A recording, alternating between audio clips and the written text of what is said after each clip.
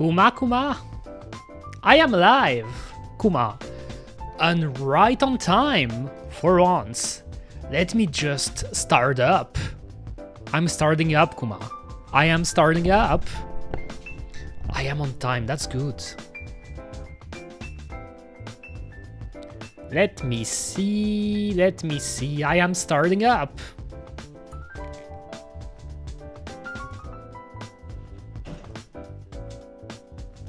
Alright. Nice. Think everything is working as intended. I am doing fine today, I guess? I don't know. Honestly, I don't know. I had a nightmare today, guys. I have to talk about it just before starting the stream. I mean, I already started the stream. Yo, what's your beef with aliens? I mean, I mostly said that because I'm pretty sure Metroid is a game about fighting against aliens. I'm even more sure that the first Metroid game was actually inspired by the Alien movie. I should rewatch this movie, by the way. I don't know if you ever seen that movie, Brice, but the Alien movie is really iconic. So it's all a game to you, is it? I mean, life is a game in a way, right? I'd rather see life as a game because otherwise it would be a bit depressing, I guess. I mean, I don't know. I had a weird night last night because I had a nightmare. And that was a pretty weird nightmare because, believe it or not, it's a nightmare that I actually experienced today. So to put it into context, I went to sleep, then obviously I was sleeping, and then I had a nightmare. And the nightmare was simply I was taking the subway, or the metro, I think both words work. I was taking the subway, and I was in the metro, going to a destination. I mean, I don't know what was the destination, but I was going somewhere, and for some reason, I was never getting to my destination, you know. I was on the metro and I wasn't getting there. So what I did is I was switching metro, you know. I was leaving the metro and then taking another line because, for example, in Brussels, and I know it's pretty much the case in every city that has a metro system, there are several lines that you can take. For example, in Brussels, there are 4 lines. So I was leaving the metro, getting into another line, taking the metro again, and I was never getting there, you know. I was getting lost. I couldn't get to my destination. And then I woke up in the middle of the night because of that, because I was feeling uneasy, because I couldn't get to my destination. And what happened today? Today we're Sunday, and usually during the weekend, it is pretty much the day where I go to visit my brother, you know. Usually I go to visit my brother Sunday, either Saturday or Sunday, but most often Sunday. And I took the metro with my mother because I was going to the mother. Going there was all fine, but when we left and went back to our home, we took the wrong line. I kid you not. So I actually experienced what I did in my nightmare. The difference is I noticed pretty quickly that I was on the wrong line. So I told my mother, listen, mom, we have to leave because it's the wrong one, you know? So we left the metro and we got into the right one. But to me, it's just insane that I actually experienced it. I think Subway and Metro both work unless you're talking about sandwiches. Oh right, there's that sandwich brand. I mean, that brand that's making sandwiches, Subways. We had them in there, you know. There was one not far from when I live, but for some reason they closed it. They closed it, Kuma. So anyway, just so I don't forget, let me just share my tweets on my Blue Sky right here. Still don't know what's the name for tweeting on Blue Sky, but I guess I don't care. I don't care, Kuma. Did it work though? I think it did. But yes, I was getting lost. I actually took the wrong line when I went back from visiting my brother. But the difference is I noticed it really quickly, and obviously I could get back to my destination. But in my nightmare, I couldn't. That was a nightmare. I couldn't get to my destination. I don't know where I was going, but I couldn't. Maybe that's symbolism for what I'm experiencing currently in life. You know how they said that your dreams is actually like showing your like the way you're thinking, or maybe what's happening in your life, you know, like that the dreams is kind of like a symbolism. Makes me think of Neo running on the metro platform. Oh right, I remember about that movie too. If you're talking about the... was it from the Matrix? I should rewatch that movie too. There's a lot of movie I actually want to rewatch. There was a movie I wanted to watch yesterday, which was called Memoir of a Snail. It's an animated movie that was pretty much stop motion movie. But it was doing so hot yesterday. I don't know what was the weather in Switzerland, but in Belgium, for some reason, we had a summer day, you know, a really hot summer day yesterday for some reason. And it was so hot, I didn't want to go out. So I didn't went to see the movie because the screening was late during the evening and I didn't want to go. The fourth Matrix is kind of okay but unnecessary. The others are kind of great, especially the first. The first is great. I think the best one is the first movie, actually. The best one is the first. And as with many movie series, you know, they try to make sequels and then at some point it feels like you don't need them. You don't need the sequels. Kind of like what they did with all of those Disney movies.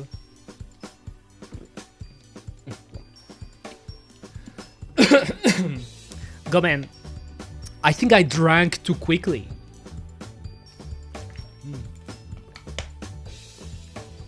Am I live on YouTube, by the way? Let me see on my phone. I have to see. I always double check just in case. Here it was hot, but shitload of wind. I see. Here it was really hot, and then it just rained all the night. Because typically what happens in Belgium is when you have hot days like that, at the end there is always a big ass rainy day, you know. Because we're not used to have hot days like this. Like, you know, typically, historically in Belgium, it's supposed to rain. It's supposed to be a rainy country. When I was in elementary school and most of my middle school and high school years, the weather was known to be rainy weather, you know. Most of the year it was raining. But these last few years, and I guess it's mostly because global warming, obviously, it doesn't rain as much. So usually when we get hot days for, like for example, one day or a streak of days, at the end there's always a days where it's just raining and raining, but raining a lot, really a lot. So let me see, I think I am live on YouTube. And also I wanted...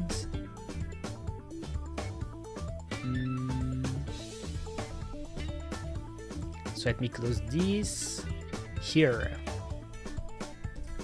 But besides that, I'm feeling okay, surprisingly. It's really surprising because when I woke up, I was feeling like shit. Okay, I'm live on YouTube, it works. When I woke up, I was feeling like shit because I woke up in the middle of the night, then I tried to sleep again and I actually slept. But I had a nightmare and I was feeling uneasy. But then when I went out and went to visit my brother, I think I got better, so that's nice. The first movie brings the idea, the second and third just play with that idea. They're not bad, but they don't have that brand new feel. The fourth is trying something new, so it gets some of that fresh feeling, but also it's kinda meh. Some good ideas, but also kinda more the same. Yes, exactly. My favorite one is the first one. It is the first, clearly. I should rewatch it. sure. I don't know if you've ever watched Ghost in the Shell, Brice.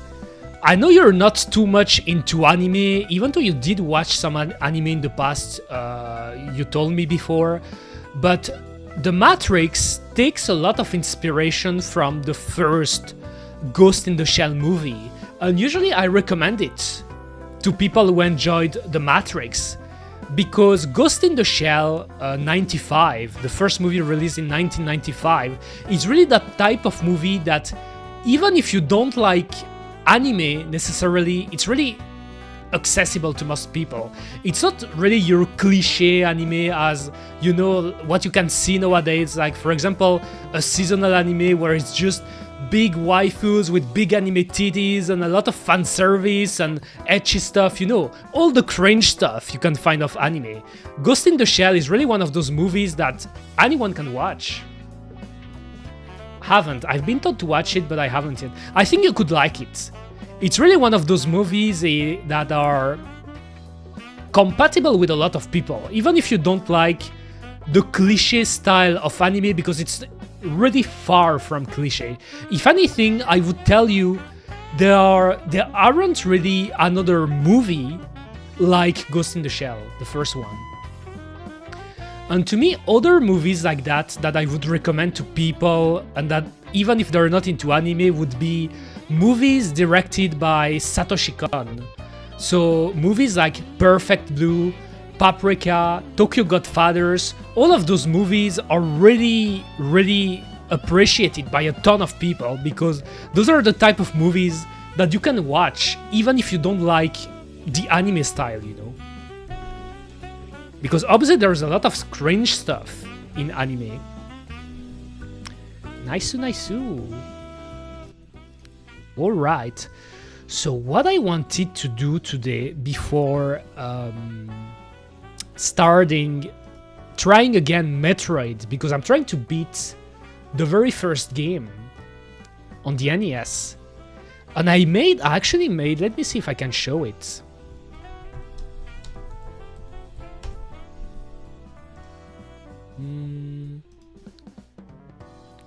If I can show it easily.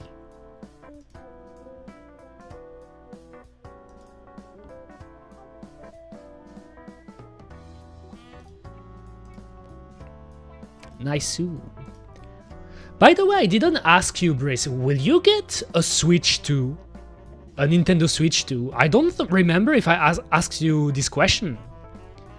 Because it's a pretty big topic nowadays, you know, with the announcement of the release date and price of the Nintendo Switch 2, then obviously the big reveal that the games are going to cost 80 to 90 bucks, depending on if you get the digital version or the physical version. The physical version being more expensive, which is a travesty, but I guess it's expected because now they're pushing more and more towards digital and stuff. I guess it was going to happen. I won't, or at least not at launch. Maybe like in 3 years or more, if I feel like I missed some good Zelda games or something, I don't know. Same for me, I won't get it day one, that's for sure. Already in normal times, I never get a console day one, because you never know what could happen just after a year, you know. For example, with the Nintendo Switch, the first Nintendo Switch, a lot of people aren't necessarily aware of it, but with the Nintendo Switch, Nintendo actually released a stealth update of the Switch. There is a Switch version 1 and there is a Switch version 2. For example, if you got your Nintendo Switch at release, you have the first version of the Switch, but I think it was a year later, they actually slightly updated the Nintendo Switch hardware. It wasn't a big game changer, obviously, but the second Switch they released is actually a slightly bit better in terms of hardware than the first one. So there's this type of stuff that can happen.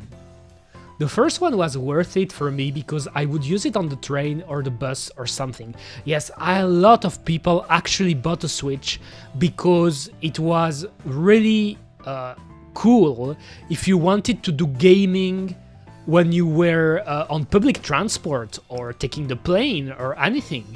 I'm pretty sure the Switch released before the Steam Deck. If the Steam Deck released before the Switch, I guess the story would have been different, but the Steam Deck actually released a few years later, so back then you only had the Switch, pretty much. Nowadays I drive to work and it takes me 8 minutes, and at home I have my gaming PC, so I don't have a good use case for the Switch. And I'm telling you this, Grace, I'm gonna call it.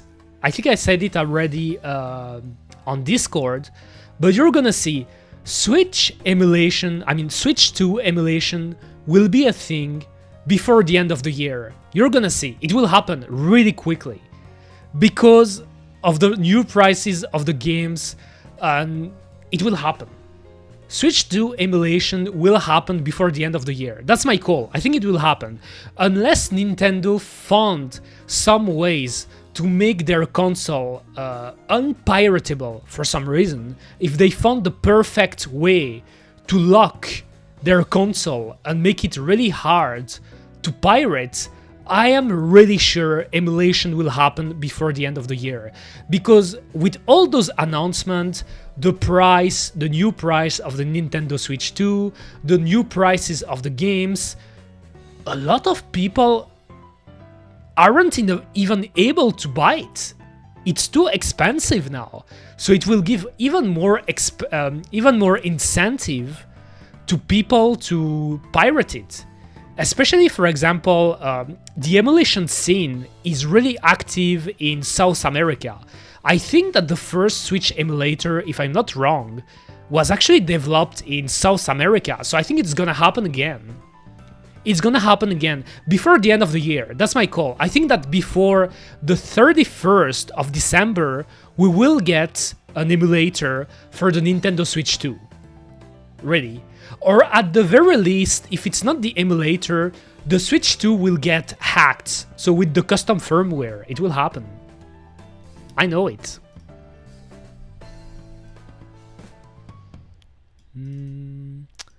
So let me see. Okay, I disabled that. I wanted to check before starting Metroid again because I found the game manual. I wanted to check it a bit. So just, can I move this? I think I'm gonna move this here for now. Where's my Firefox capture? I got so many sources. Here, Metroid. Because with retro games, it's always interesting to check the old game manuals, because back then, they really were worthy to read.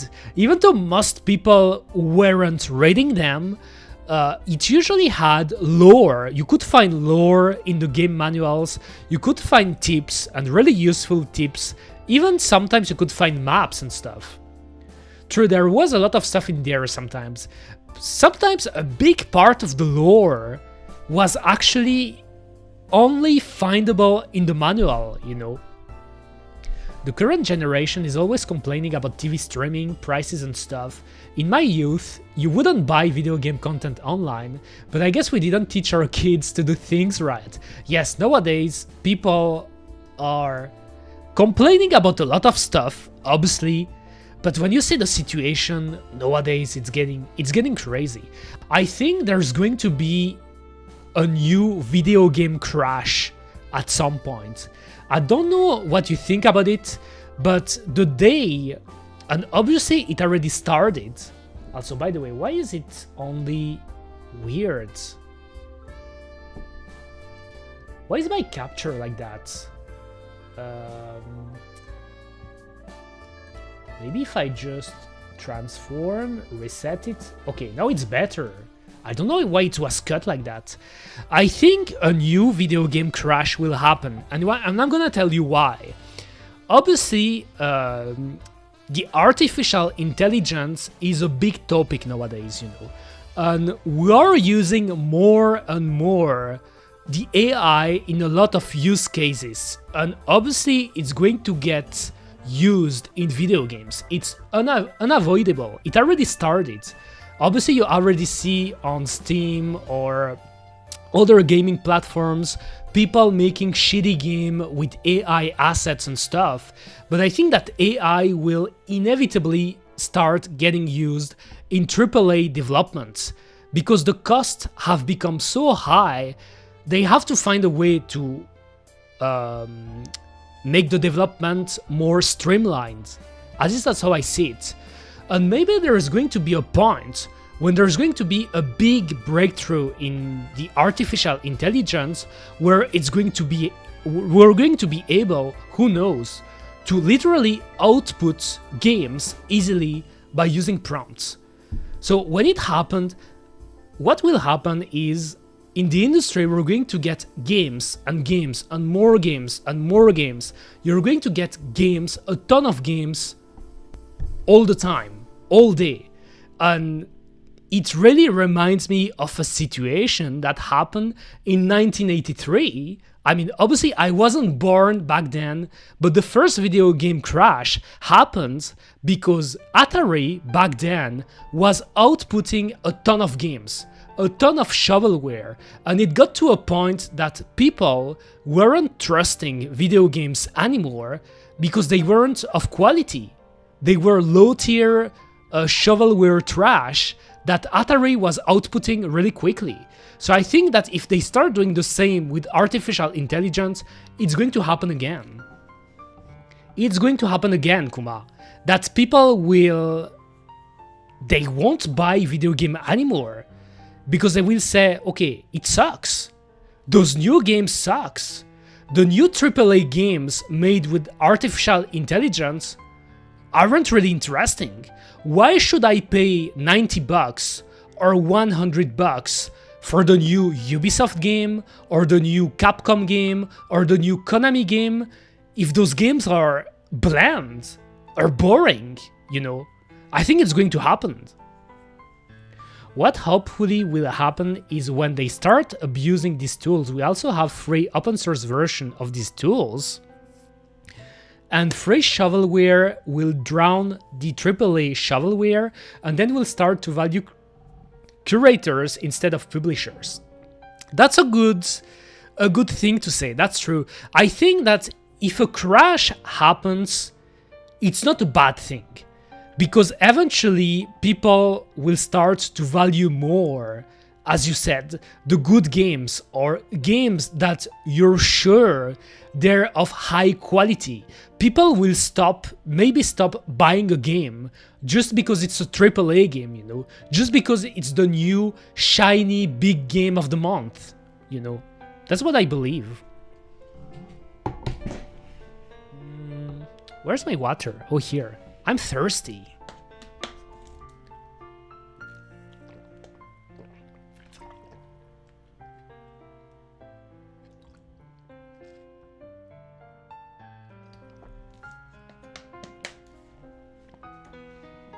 Nice.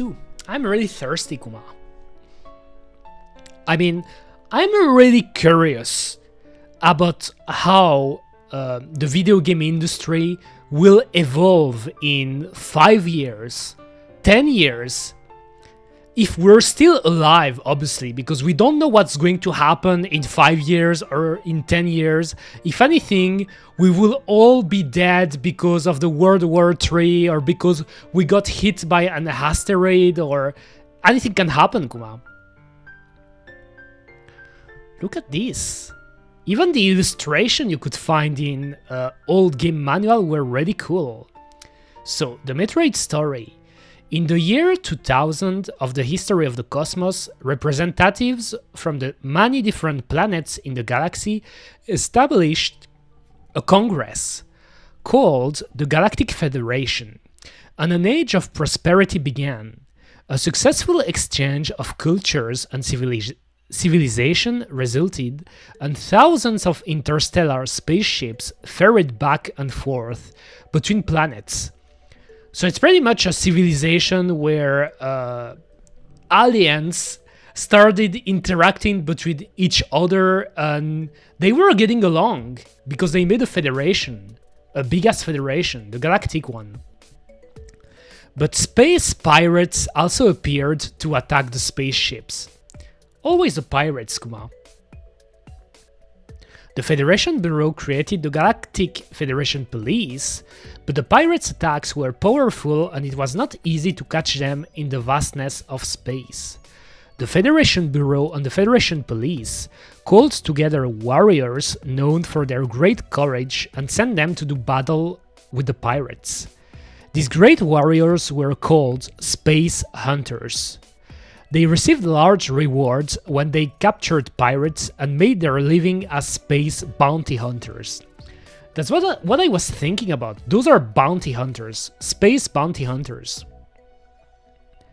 It is now year 20x5. So usually when they put an X like this, it can be anything. It can be 2005 or 2015 or 2085. The X means it can be any number. Galactic Fed sounds like Star Trek. Yes, I thought about that too. But back in the 80s, I mean, I'm pretty sure you're all aware of it, guys. It was a big time for all those space stories, you know. Whether it is in movies or in anime, using space as a setting was really big. That was really the trend. That was really trendy at that time. By the way, hello Prince Anime, hope you're doing good. I'm doing alright. I wish space was real. You don't believe in space, Bolisu? I mean, strictly speaking, I believe that no one in here actually went to space already. Unless there is an astronaut among us. In my chat right now, I'm pretty sure we never went to space. So maybe space doesn't exist. Maybe the Earth is flat. What if the Earth is just flat and everything is a lie? We don't know, Kuma. Could happen. So it is now year 20x5 of the history of the cosmos, and something terrible has happened. Space pirates have attacked a deep space research spaceship and seized a capsule containing an unknown life form that had just been discovered on planet SR388. This life form is in a state of suspended animation, but can be reactivated and will multiply when exposed to beta rays for 24 hours. It is suspected that the entire civilization of planet SR388 was destroyed by some unknown person or thing, and there is a strong possibility that the life form just discovered was the cause of the planet's destruction. To carelessly let it multiply would be extremely dangerous. The Federation researchers had named it Metroid. That's a name. And were bringing it back to Earth when it was stolen by the space pirates. So the space pirates actually stole the Metroids. That's what happened. Earth is flat in time. I mean, unless we can go in space right now. Like, I tend to believe that usually it's better to experience everything yourself, you know, because you want to see things with your own eyes. So ideally, if it was easy for us to go to space right now as a normal civilian, because we're normal civilians, we're not astronauts or anything. If we could go on space right now, we could see it. We could see it, Kuma. I'm thirsty again.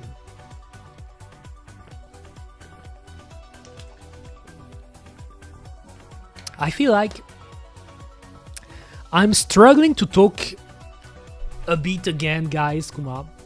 I mean, sometimes I'm losing my voice for some reason. Maybe I should try to speak a little bit lower. I don't know. If Metroid is multiplied... Oh, there is a robot, but you can't see it. Ban. I ban him. If Metroid is multiplied by the space pirates and then used as a weapon, the entire galactic civilization will be destroyed. After a desperate search, the Federation police have at last found the pirates' headquarters, the fortress planet Zebes or Zibis, but I guess it's pronounced Zebes, because in Japanese it would be Zebesu, probably. So I will say Zebes, and launched a general attack. But the pirates' resistance is strong and the police have been unable to take the planet. Meanwhile, in a room hidden deep within the center of the fortress, the preparations for multiplying the Metroid are progressing steadily. I like the illustrations, by the way. Those are pretty cool. Yes, it is lore time, Kuma. And this is Samus. As a last resort, the Federation police have decided on this strategy, to send a space hunter to penetrate, that's a lewd word, the center of the fortress and destroy the mother brain. The space hunter chosen for this mission is Samus Aran. He is the greatest of all the space hunters and has successfully completed numerous missions that everybody thought were absolutely impossible. He is a cyborg. His entire body has been surgically strengthened with robotics, giving him superpowers. Even the space pirates fear his spacesuit, which can absorb any enemy's power, but his true form is shrouded in mystery. I'm fairly sure in the original game, it would be interesting to double check with the Japanese manual. I think I should do that, double check with the Japanese manual. But I know that in the international version of Metroid, it was actually a plot twist to learn that Samus is actually a woman, It's actually a twist. In the original Metroid game, you don't really know who is Samus Aran. So people assume she's a male, but she's actually female. That's a twist that you actually learn at some point in the game. But when you look at the game manual, you don't know. So actually they did it that way because usually when you see space hunters like that, space bounty hunters, you expect, especially back then, you expect it's a man who do these type of jobs. So actually learning that Samus is a woman is kind of like a plot twist in this game, Kuma.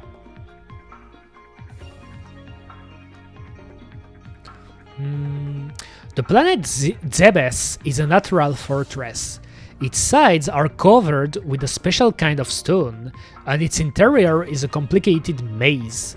On top of that, the pirates have planted devices and booby traps in the maze, and the pirates' eerie followers lie in wait around every corner.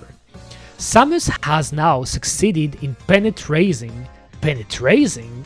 I think this is a typo here, guys. I'm pretty sure penetrating isn't a real word. Penetrating. What is that word? It's triggering me. Do I know this word or is it just a typo? Was it Metroid or Super Metroid that rewarded you with bikini based on completion time? I don't know. I don't remember. It's been really a long time. The last time I played the first Metroid games, I did complete Metroid and Super Metroid in the past, but it's been a long time ago, so I couldn't remember. Kuma. If anything, I didn't unlock the bikini. On top of that, the pirates have planted... Okay, penetrating Zebes, but time is running out. Will he be able to destroy the Metroid and save the galaxy? So you can see here the Metroids right here. Oh, you can see my... Okay, now you can see it. It's just that I wasn't focused on the thing. But here are the Metroids. Here is Samus. And here, for now, we assume it's a man, even though she's a woman. And those type of illustrations here, I think those are really cool. That's what you could usually find in old school game manual, and that's what I miss with old school manual, because those were really cool. Nowadays, it's the type of illustration that I guess you could get in art book. If, for example, you get the collector edition of a physical game, you will get an art book, and then in this art book you will get a ton of illustration, Kuma. But back then, you got them for free in the manual.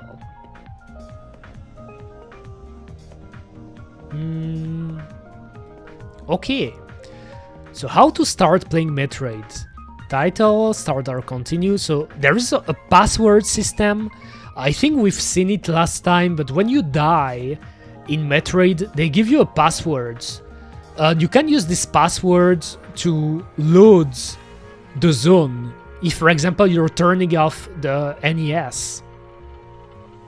When the game is over, game over will appear, the password will appear. At this point, if you press the start button, you can continue your last game. If you use the password when you start a new game, you can continue your old game using that password. Interesting, Guma. Important points to remember to advance the game. And here we get another pretty cool illustration of Samus right here. You can see the smoke coming out from his. I will say his for now, because we are not supposed to know that she's a woman for now, but you can see the smoke coming out from her gun, her biggest gun. That's really cool. And here you can see the sprites. I think the Samus sprite in the original Metroid is really good. It's a really good one, Kuma. Alright, Samus' mission is to destroy the Mother Brain in the planet's central base. On the way, he continues to search endlessly and to kill the mini-bosses that he meets. How to use the controller? Here you can see the NES controller. By the way, I will show you the controller I'm using myself. I'm using this one right now. If I can show you in the pictures. This one. This is the one I'm using. I have the exact same controller. I got an 8-bigot Pro 2. Okay, if it's loading the picture, because my browser sometimes is being too slow. Why is it so small? Maybe it's because it didn't load it. This one. This is my controller, you know. And what I like about this controller, because this controller I have it for close than 3 years. I'm actually surprised at how durable it is. It is a really good controller. And what I love about this one, because I was actually looking for a controller that had a good D-pad, directional pad, because I love D-pads, you know. I'm the type of gamer that loves having a good D-pad. I know that most gamers nowadays and Zoomers, they don't care about the D-pad. They think that this thing is ancient, that people shouldn't use this anymore. Personally, I love D-pads. Even more that I'm playing a lot of retro games, obviously, but even for modern games, a good D-pad is really useful. And I can tell you that if you ever looking for a controller that has a good D-pad, I would recommend this one, the 8-bigot Pro 2. It is a great one. I like it. So that was my controller, Kuma. I think I never showed it before. And here I got a website with a walkthrough in the case I get stuck or I want to remind about things, even though I won't use it, you know. This is really in the last recourse. I won't use it, but I think it can be interesting if, for example, I beat one run of the game and see if I could find secrets, you know. I guess it could be helpful. I found this website that seems... It's a pretty old school website, and usually the old school one are really good if you want to find about secrets and stuff, you know. They're really well referenced. Okay. Just let me see. Let's continue. Here we get another pretty nice artwork of Samus holding an NES controller. But look at this. Look at this right here. The way it is drawn is so weird. It really feels... I think the controller got drawn after the drawing was done. For some reason, it feels that... someone drew Samus, and here it's weird that her helmet is kind of broken, and someone else drew the controller. That's funny. So the controller one has several parts. The control pad lets you move Samus. Button A makes him jump. You can select weapons with the select button. You can attack enemies with button B. So you aim with one, direction pad, move Samus right or left and right. 3 selects beam missile. When you unlock them, you can switch to the missiles.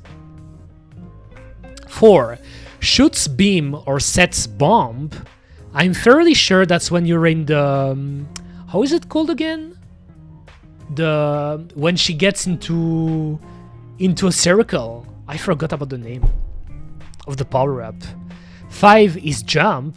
6, so the crouching button, curl up. Is this the official manual? It is official. It is the official one. As you can see right here, you get the stamp. Do you remember when... I mean, I said do you remember, but they still do it nowadays. The official Nintendo seal of quality.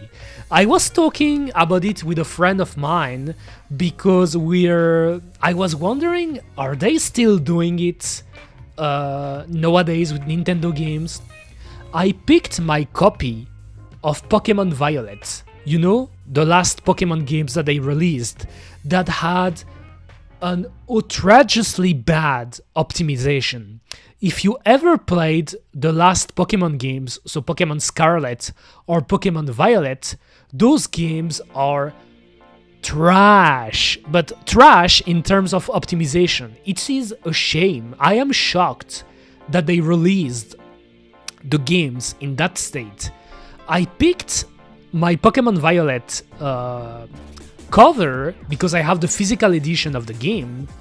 I looked at the back cover and I kid you not, this stamp, the official Nintendo seal of quality stamp, is on Pokemon Violet. And that's when you know that this stamp doesn't mean shit anymore. It doesn't mean shit anymore, Kuma. Back then, it was a way to tell you're playing a Nintendo game, so it's quality.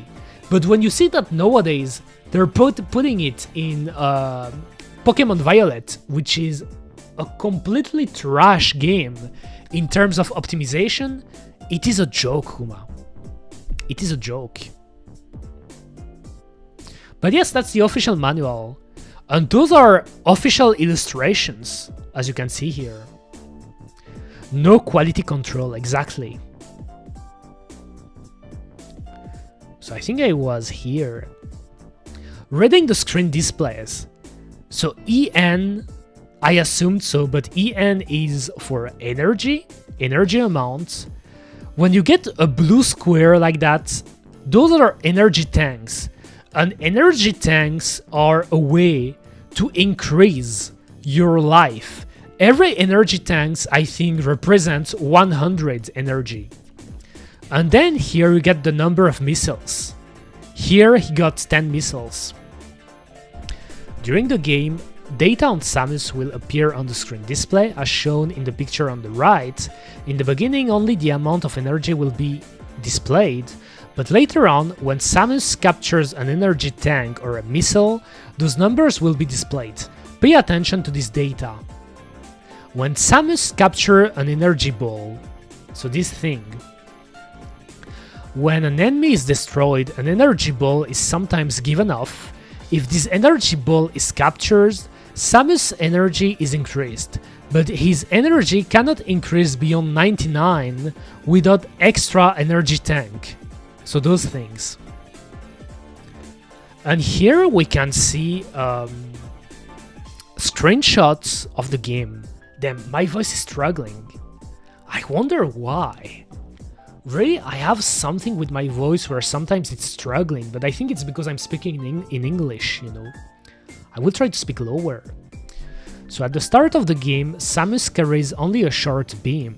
You have to boost Samus' power by finding the rooms that contain the power items and capture them. Boosting Samus' power gives him new ways to attack, such as wave beams, screw attacks, and bomb setting. There are 10 power items in total. Collect as many as you can to fortify Samus. I actually forgot there were so many power items in the original game. 10 power items in the NES game is actually quite good when you think about it, you know. The 3 zones of the fortress Zebes. The 3 zones inside the fortress are called Brainstar, the Rocky Zone, Norfair, the Fire Zone, and Turian, the Central Base. You have to clear the first 2 zones before you can reach Turian. So those are pretty iconic, you know. Brainstar and Norfair, I think they used... Was it Brainstar? I don't know if it's Brainstar or Norfair that got a stage on Super Smash, you know. But those are really iconic, because those are the very first zones you find in Metroid. You have to clear the first 2 zones before you can reach Turian. Search out and destroy the mini-bosses. Look at those drawings! They're cute! To me it's funny because those are the bosses, but they are drawn in a chibi way, right? Those feels like chibi, so it gives them a cute aspect. The mini-bosses have their hideouts in Brainstar and Norfair. Zap them to clear the area and move on. When they are both down, you can make a bridge that will take you to Turian. So it pretty much explains us what we have to do if we want to beat the game, pretty much. Alright. Pitting Samus against the Mother Brain. And here I wonder why they put the same illustration twice. The difference is that one doesn't seem as colored as that one. I mean, the lines are more clear. Eureka is on the TV. I am always on TV, you know. I think I am made for television, you know. I am made for it. Even though I still have a lot to improve.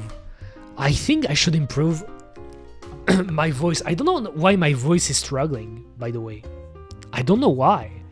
There are days where I can speak easily, and then there are other days where I feel like my voice is dying. You know? I wonder why, Balisu. I wonder. First, clear the giant maze. The interior of the planet Zebes is a winding, complicated maze. Samus must attack the walls with beams and bombs while searching for the secret passageway through which he can advance. Use the map on the next page to work out where Samus is. Or better still, make a map of your own to guide you. But we got a map here. There is a map, which is pretty cool. But I don't know if it's all the map actually. That's what I wonder. So here's the map of Zebes. The bridge leads to this area, corridor number 2, Metroid, Turian Central Base.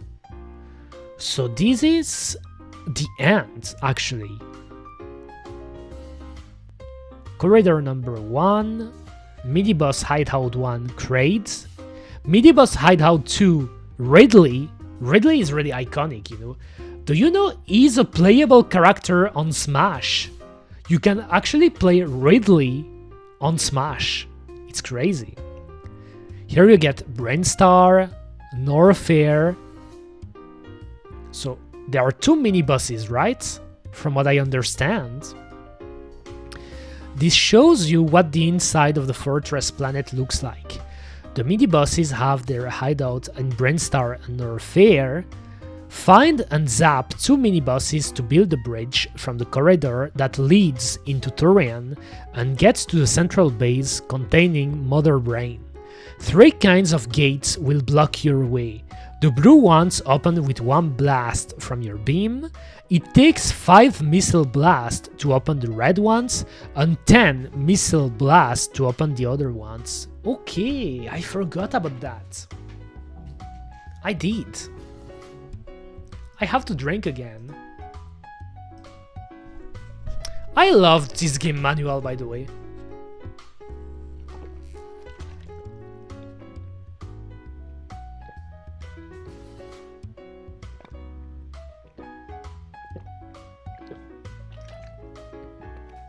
Nice. I'm drinking a lot of water, you know. I feel like water helps me. Water is my fuel, you know. I don't take energy drinks, I don't take sodas, I only drink water. I love water, Kuma. Water is great. So let's continue. But where do we start, actually? That's what's a bit confusing to me. Because here, Turian is supposed to be the final zone. And I assume Brainstar is the first zone. But where do I start exactly, you know? Because I know, like, the last time I tried out the game, I was going left to right. So I was going towards the east.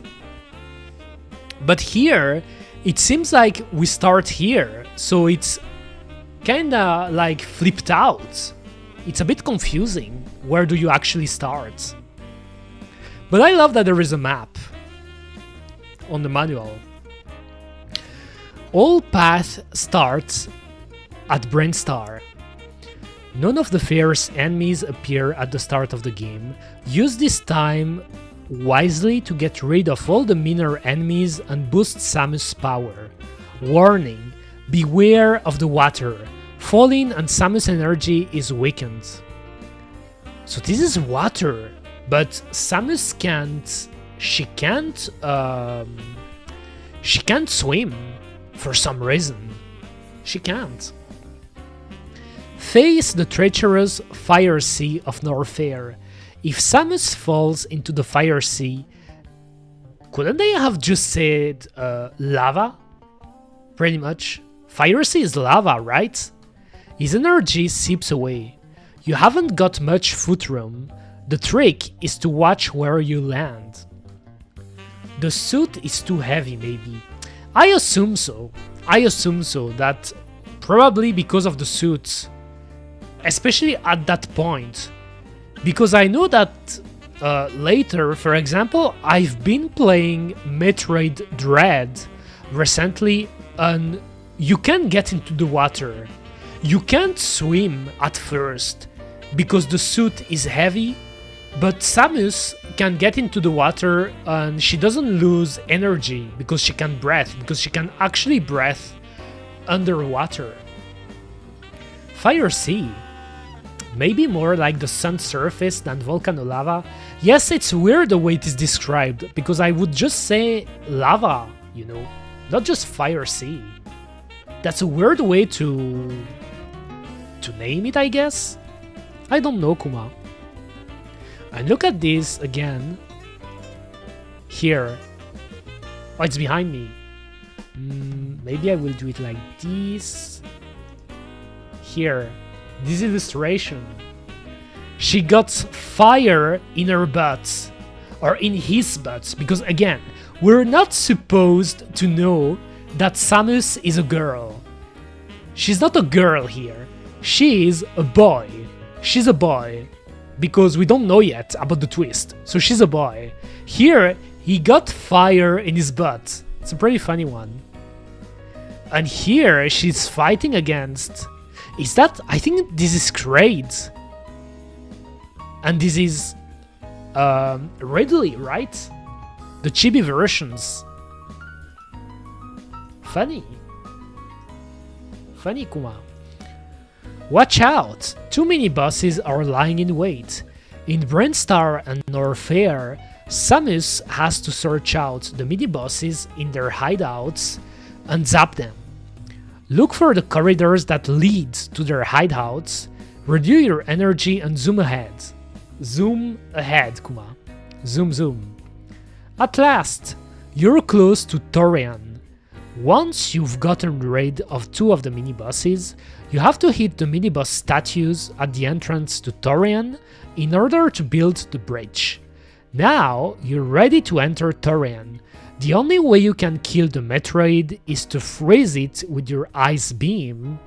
So it seems we unlock an ice beam power at some point. And attack it with missiles. Will Samus discover at last the true nature of the giant mechanical organism, the mother brain? The key to winning. Hunt out the power items. Samus' power of attack is weak at the beginning of the game, and he is armed with only a short beam. It is essential to hunt out the power items to strengthen him. So, kinda like in Mario, you know, you get power-ups, power items. But in Metroid, when you get a power-up, it is permanent, you know. You get a new power, and with those power items you can beat the monsters. That's cool. And here we get another illustration. She's shooting a ball here, right? Rooms containing power items are hidden somewhere in the fortress Zebes. Find the rooms and hit the crystal ball held by the statue to make a power item appears. Oh, that's a statue. That's not an enemy. That's actually a statue that is holding the power item. They're still doing it in Metroid Dread. For example, in Metroid Dread, it's still the same. Thank you for the follow, Nostalgic. Thank you very much. I hope you're doing fine. I'm doing quite fine, Kuma. Checking this Metroid manual. I like those old manuals, by the way, you know.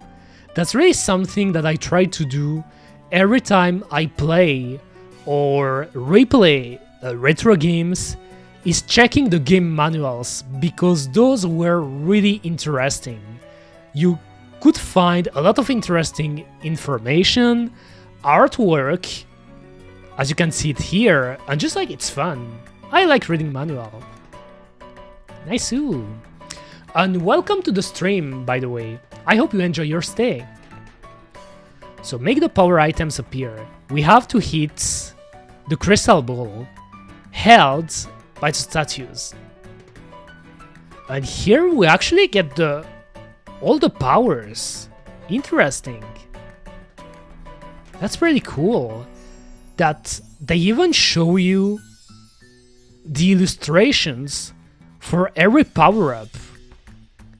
So I'm pretty sure they said there are 10 power items. So we get the long beam. It lengthens the attacking range of your beam. It can also boost the range of the ice beam and the wave beam, useful for attacking enemies from a distance. Look at the difference between the two. Because that's the first thing you can notice directly when you start playing Metroid. You're shooting your gun and the range isn't that big, you know. So you start to wonder, damn, will I be able to shoot, to have a bigger gun, you know, a gun that can shoot farther. And actually you can. If you get the long beam power up, I think it gets doubled. Pretty sure it's doubled the length of the gun, which is really useful. Ice beam. This allows you to freeze an enemy temporarily. If you already have a long beam, then the ice beam becomes a long ice beam. This can't be used at the same time as the wave beam. When you freeze an enemy, you can climb over it. Damn, that's really useful too. So it means that you can freeze someone and then use them as a platform. I assume that's what it's doing when they say you can climb over it. That's cool. Wave beam. The beams are wave-shaped and are stronger than normal beams. If you already have a long beam, the long beam become a long wave beam. So this one is kinda a combo, you know. When you get the long beam, all of your other powers get stronger. That's cool. So here it's doing zigzags, pretty much. Screw attack. They added this item, by the way, in Smash. You know, it's one of the items you can find in Super Smash, because obviously in the Super Smash games, they added a ton of items from the Nintendo games, you know. And one of the items from the Metroid series they added is this one. This super strong power item spins in flight to attack the enemy. Samus' armor flashes during a screw attack. That's really useful, this one too. High jump. With these boots, Samus can jump 1.5 times higher than he normally can. Jumping high walls to get to new zones are no problem to him with these. Be sure to get a hold of them. With the wings. I like how they look. I feel like it's not the first time that in a game the high jump power-up is represented by a shoe that has a wing, you know. I guess usually it represents either you can jump higher or you can go faster. But this type of illustration, you can find them in other games, you know. Varia. This raises Samus' powers of resistance and cuts in half the amount of energy he uses up when attacked by an enemy. It is most useful when in combat with the deadliest enemies. This one is really useful too, especially when you're not that good at the game. And I wouldn't say I'm good at Metroid, because the last time I beat this game was really a long time ago, so it's pretty much a first playthrough for me. But items like this that actually reduces the damage you're taking, it's always useful for a first playthrough, that's for sure. Maru Mare. Samus grows small and round like a ball when he gets this power item. Useful when traveling along narrow passageways, it will help him until his energy runs out. So this is actually the first power-up you can find in the game. When you start Metroid and you go backwards, you go to the left, you can actually find this power-up immediately. That is the first one that you can find. Bomb. Samus can use this bomb while he is still small and round. Use the B button to attack an enemy with the bomb. Use the blast to break down barriers. You will need bombs when escaping from the Metroid. Bombs are really one of the staples of the of Samus. I mean, a lot of those power-ups are actually staples of the series, you know. Energy tank. Oh, and here you can see it, like the explosion. It's really funny how those illustrations are cartoony. I like it. I like the style of the illustrations. Energy tank with the big E. Energy is stored in these tanks. Normally, the amount of storable energy cannot go above 99, but with each tank, it grows by 100. You can collect as many as 6. Keep your eye out for them and save as much energy as you can. So getting more energy, that can also be useful in this game. Missile rocket. The rockets. This stores the missiles. If you capture one, you get 5 more missiles. Collect missiles from defeated enemies. You can store a maximum of 255. I guess it's 255 because it's hexadecimal, you know. Press the select button to select the missile and press the B button to fire. Nice. Oh, and those are the enemies. Damn, that's pretty cool that they put everything. Hordes of enemy characters on the fortress planet Zebes. Enemy characters have different personalities, but they all try to obstruct Samus' progress. You have to memorize the places each character is likely to appear and the best way to overcome them. First, the enemy characters in Brainstar. 7 types of enemy characters in Brainstar, zap them as they appear, then move on. Mellow. These characters can pass through walls. Oh, I remember that. Those are annoying, because they can cheat. They can cheat, Kuma, and go through walls. They like to chase after you in groups. Zeb. These occasionally fly out of air holes. Remember, it takes 1 blast of the normal beam to destroy the yellow ones, and 2 blasts of the yellow beam, to destroy the red ones. So those ones are stronger, or should I say have more health, than those ones. So 1 hit, 2 hits. Zoomer? Nani? It's really called the Zoomer. Oh my god. That's the Zoomer enemy, Kuma. That's how a Zoomer looks like. Look at this. Look at this Zoomer. Damn. A lot of spikes. He's trying to be edgy. Edgy Zoomer. And he's got weird tentacles. He's got weird teeth too. That's a Zoomer. An edgy Zoomer. Probably going through his teenager phase, which is why he's got so many spikes and tentacles, and damn, a lot of stuff is happening here.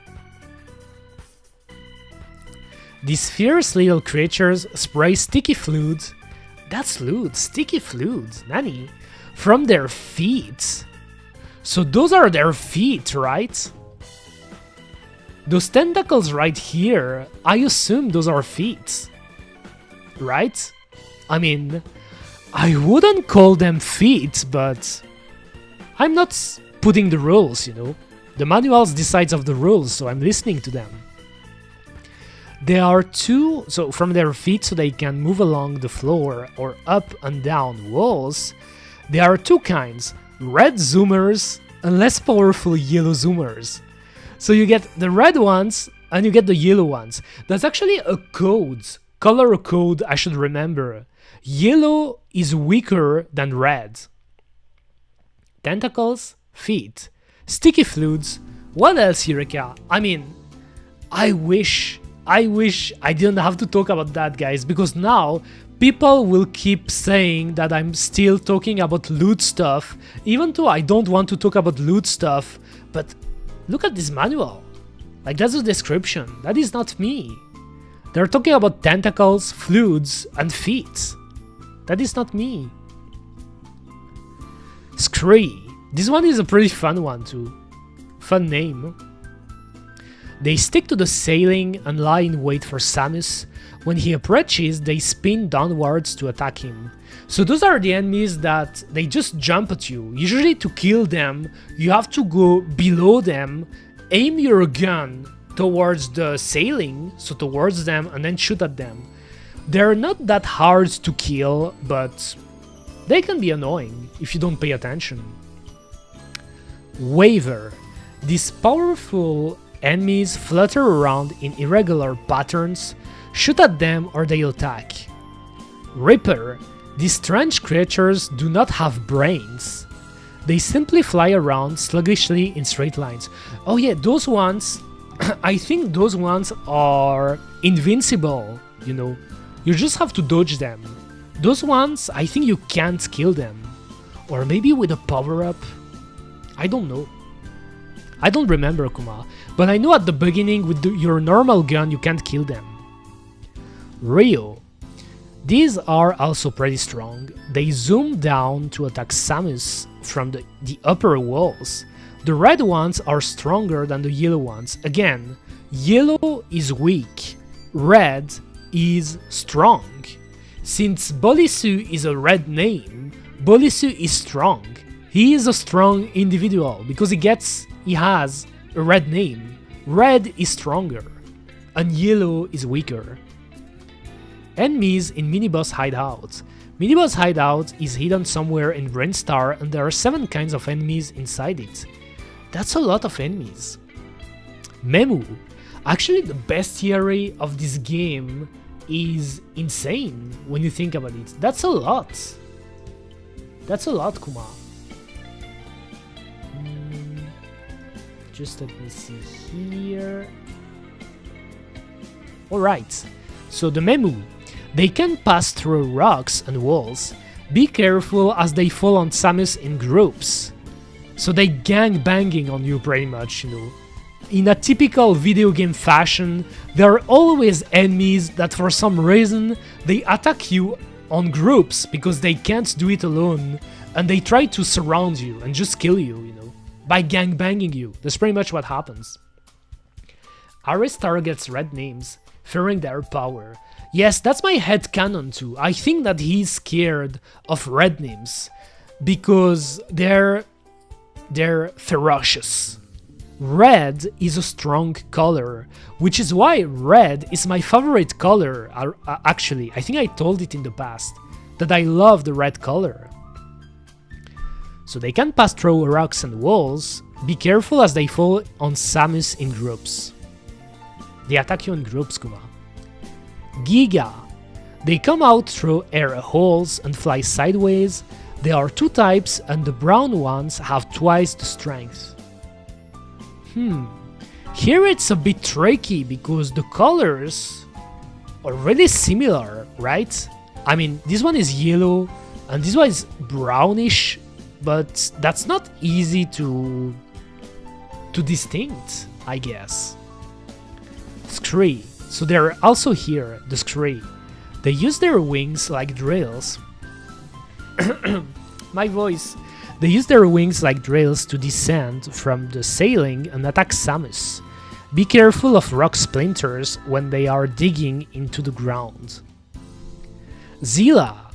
At first I was reading Zelda for some reason. Zilla. These boneless animals creep along horizontal and vertical surfaces. They normally live underground. The blue ones are the strongest. Here the same, like here the color codes isn't really easy to see. I think here it's even harder. I assume this one is the blue one, but this one, they don't seem that different. Ripper. These slow creatures don't attack but fly aimlessly in straight lines. It is wiser to run away from them than to try to fight them. Side Hopper. These powerful enemies attack Samus while hopping. Be careful, the Side Hopper's strength is second only to the mini-boss. Destroy him with 1 missile blast. So against him we need the missile. That one looks just like me. The Side Hopper, Side hoppers are annoying. I can already see it. Usually in games, enemies that jumps left to right and keep jumping are annoying because you have to aim at them, and it's always hard to really time your aiming well. You have to time it before shooting them. Great. This is the head of the mini-boss hideout. Like, is it pronounced crade or cried? Because I assume in Japanese they would probably pronounce it kulaido, you know, something like that. So maybe it's cried, the good pronunciation. I'm not an expert at pronouncing Metroid names, by the way, so I apologize in advance if for some reason I completely botch the pronunciation. I'm trying my best, Kuma. Trying my best. This is the head of the mini-boss hideout. He hurls horns from his stomach and back. Be very careful of his fierce attacks. If Samus gets hit by him, his energy will be weakened a lot. Okay. I think I will quickly take a quick break, guys. I think I will make myself a little coffee. And also I have to see what I can do with my voice, because I feel like I'm losing my voice. So I'll be back in 2 to 5 minutes. I won't take long. And we'll finish reading the game manual, Kuma. I'll be back. I won't take long. Eureka will be back.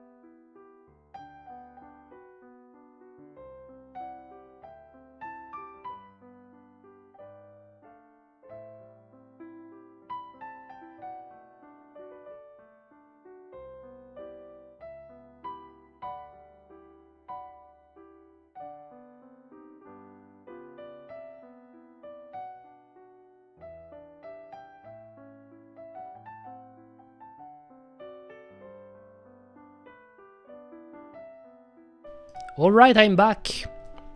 I'm back, Kuma. I took a little spoon of honey because I felt my throat for some reason is sore. I don't know why. I tried to not strain my voice too much, I guess.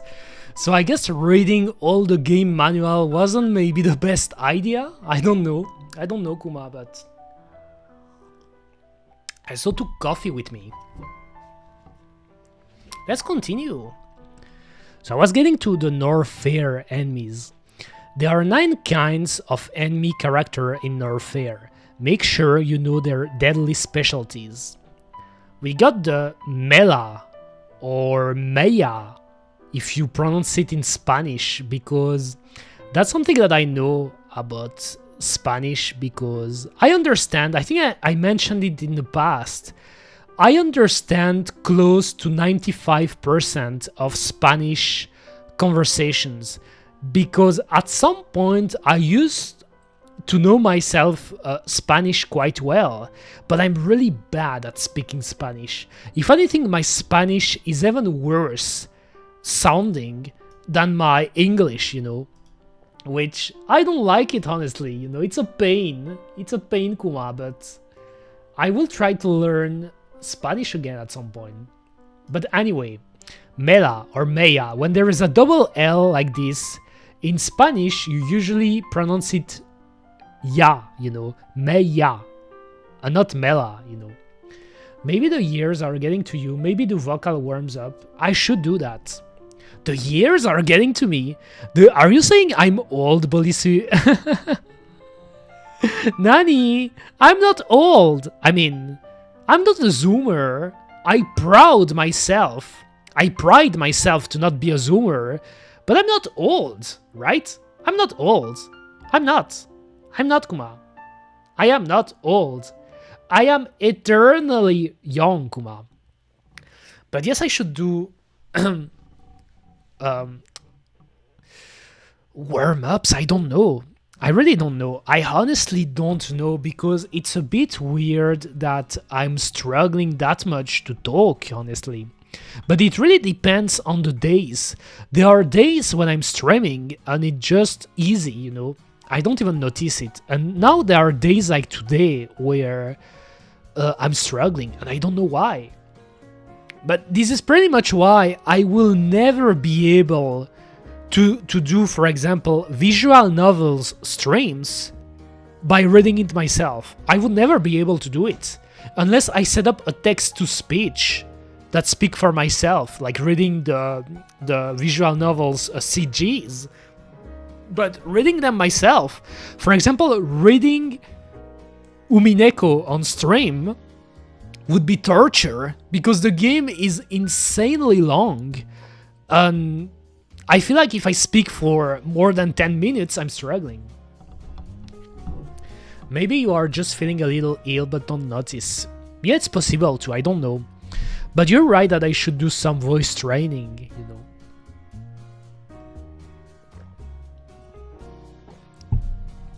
I don't know.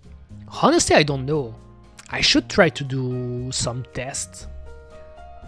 How to speak better. So these move in groups and can pass through walls and rocks. They are the weakest, and a single blast of the normal beam will lay them flat. So those enemies that can actually go through the walls are bitches.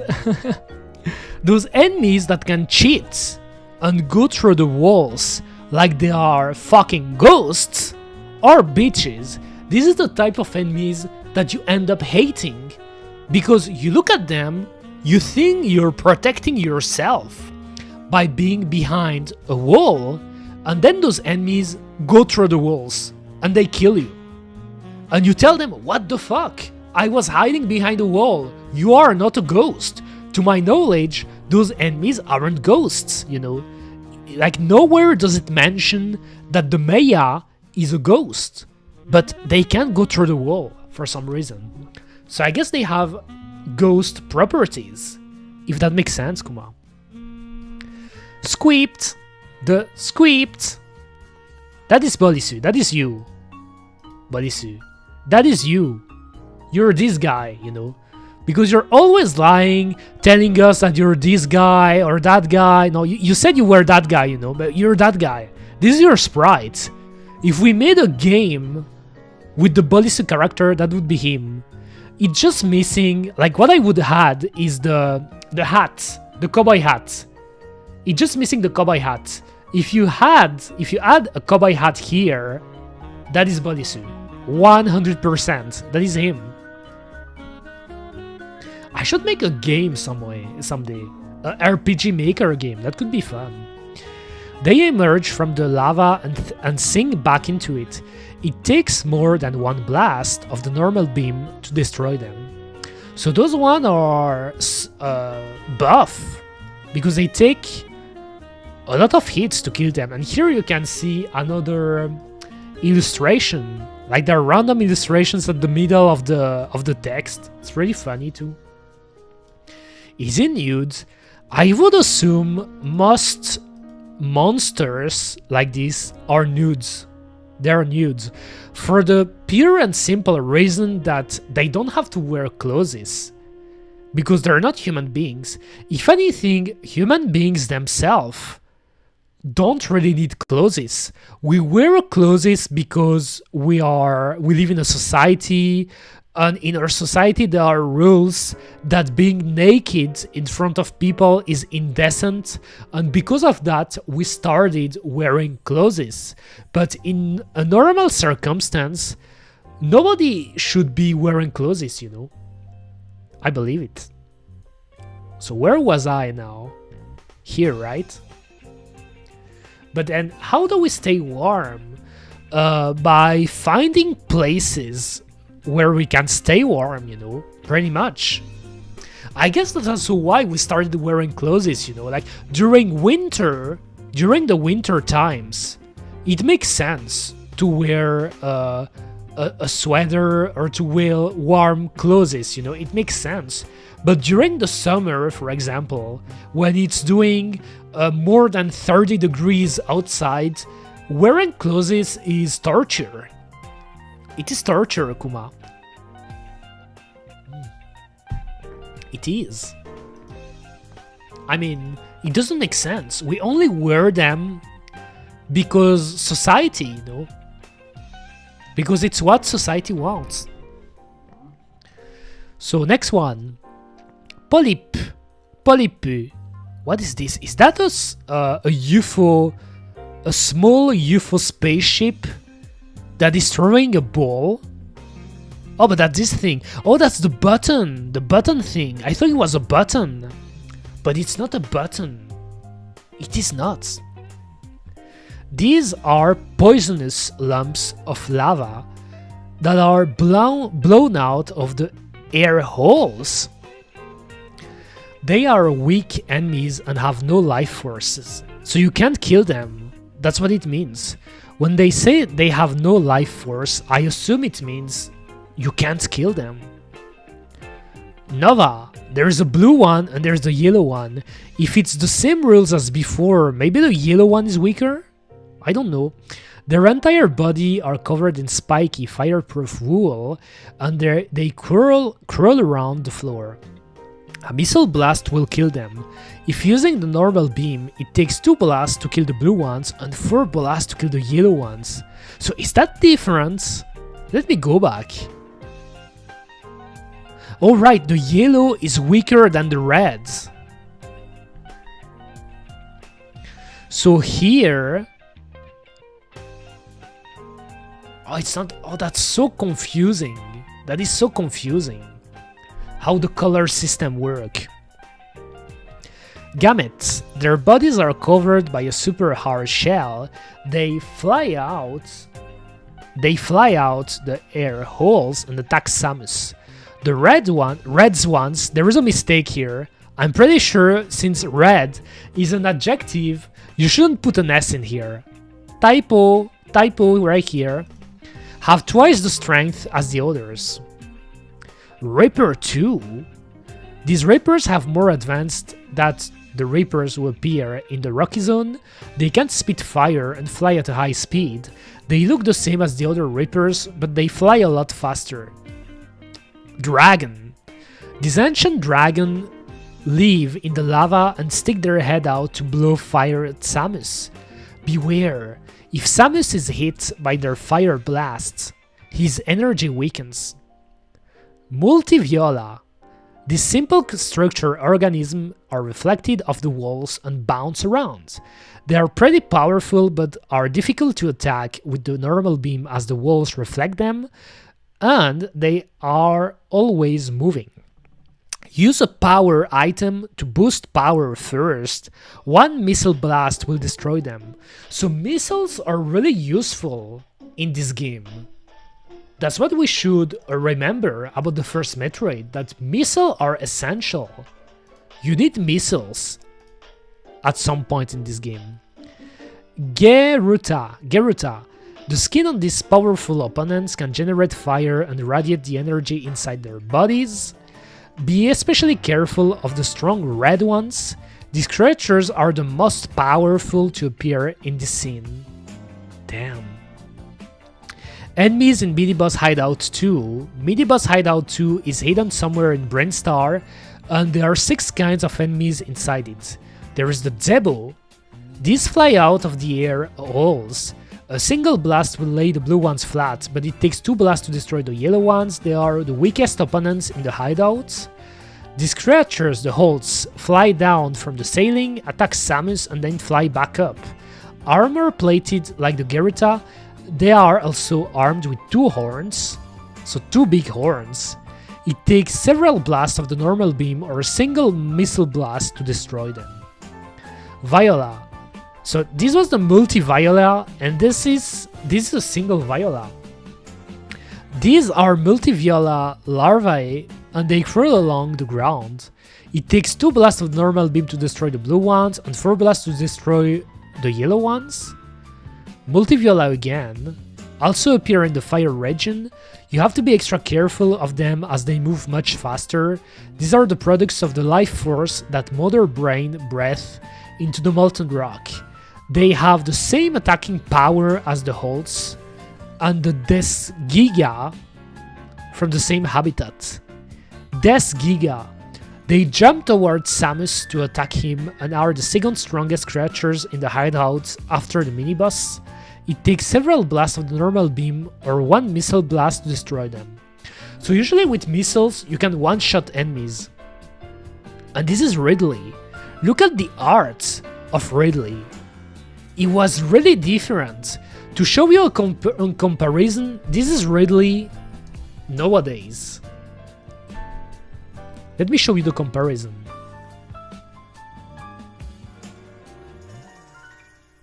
Ridley.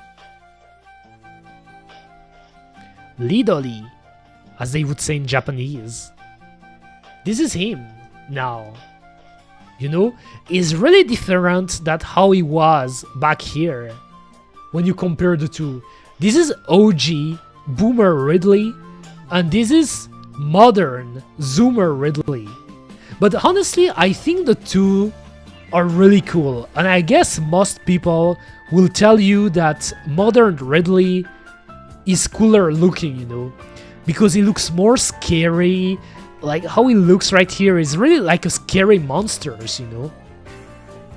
Here is, I don't know, it feels more like a dragon, but a chibi dragon, you know. It's just the way they are drawn in this game. Mostly the bosses, they feel like chibis for some reason. I wonder why. Alright. So that was Ridley. One of the most iconic, if not the most iconic, Metroid enemy. The enemies in Torian conquer the unknown organism, the Metroid, and destroy the almighty Mother Brain. Renka, these fireball creatures appear in the last scene. Lots of them appear, but they are not very strong. Metroid. I love the sprites of the Metroid. Look at how well it is done. The sprite is really well done. How it looks, that you can see the outlines, the green outline, and inside the 3 yellow dots with the weird red lines, and then below you see the tentacles, you know. Like the way they show you the Metroid in the original game, they nailed it, you know. I think they nailed a lot of the sprites in this game, which is great. And I guess it makes sense why this game is so iconic. The protoplasm in suspended animation was discovered on the planet SR388. It clings onto Samus' body and sucks his energy. They're suckers. They like to suck you out. They like to suck your life force out, you know. They're suckers, you know. They suck. And they can suck everything. So you should pay attention for some reason. Like a Metroid could, if you don't pay attention, a Metroid could like end up sucking out your cock if you don't pay attention.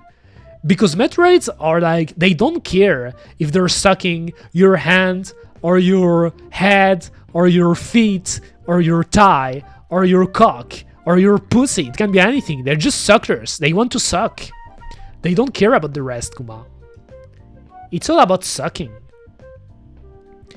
Zebatite?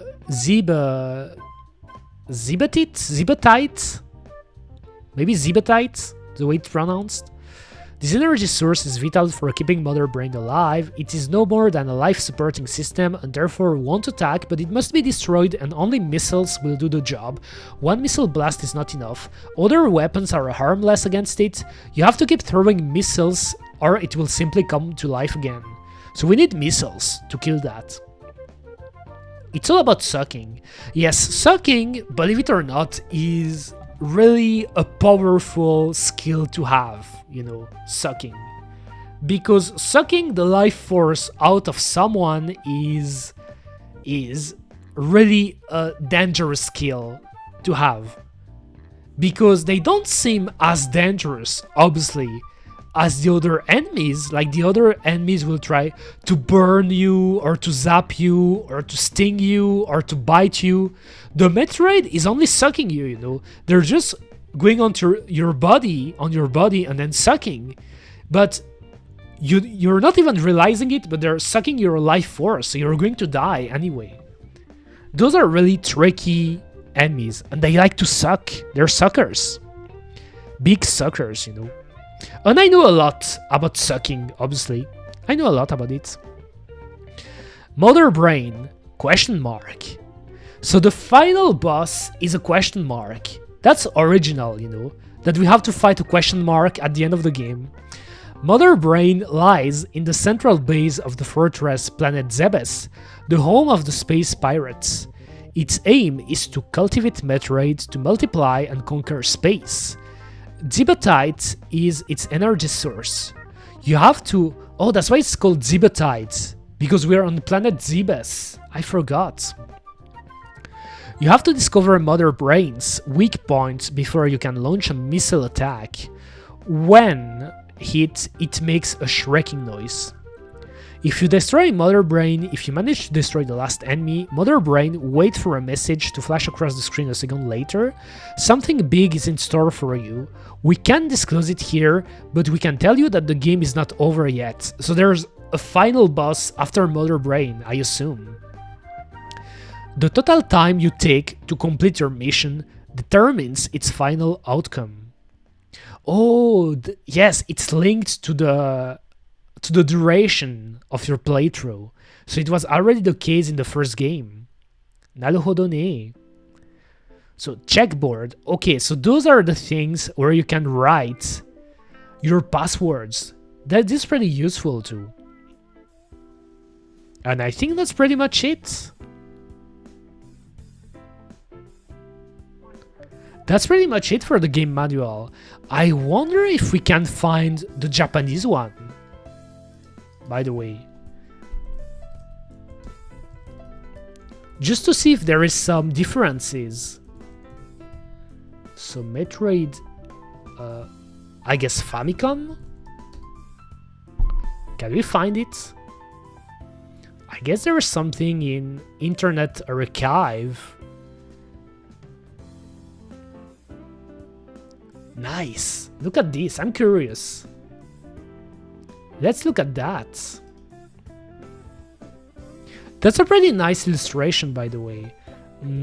I guess I will put myself like this, so we can look at it right now. That's a pretty nice illustration. And I guess for now I will just remove the chat. Can I put it full screen like this?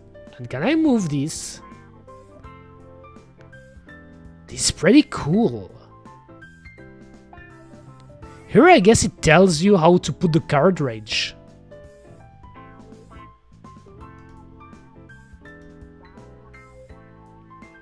So those are the same illustration we've seen in the English manual, as you can see, with the lore. I wonder if there are illustrations that you don't see in the American version.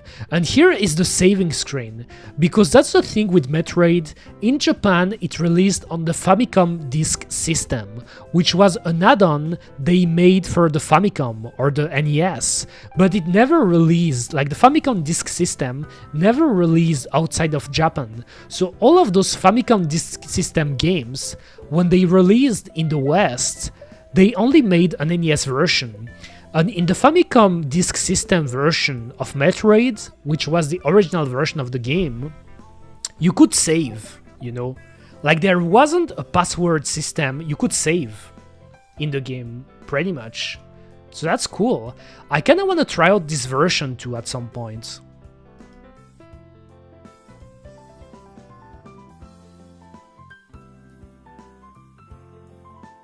That's pretty cool. There is still the map.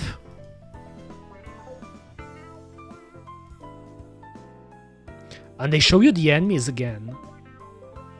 So all things considered, it's pretty similar to the American manual. The difference is, since it's the Famicom Disk System version, you see screenshots of the save screen, you know, that isn't present in the American version.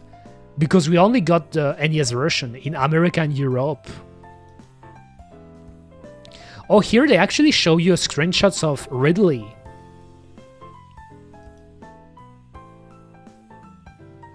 And still a question mark for Mother Brain. So Maza Blaine. Literally her name. And the power-ups. They show you the power-ups later in the Japanese manual. Why is there a feat? Alright, don't step on your cartridge. That's the feat here. Is that a Simpson? Why is that a yellow feat?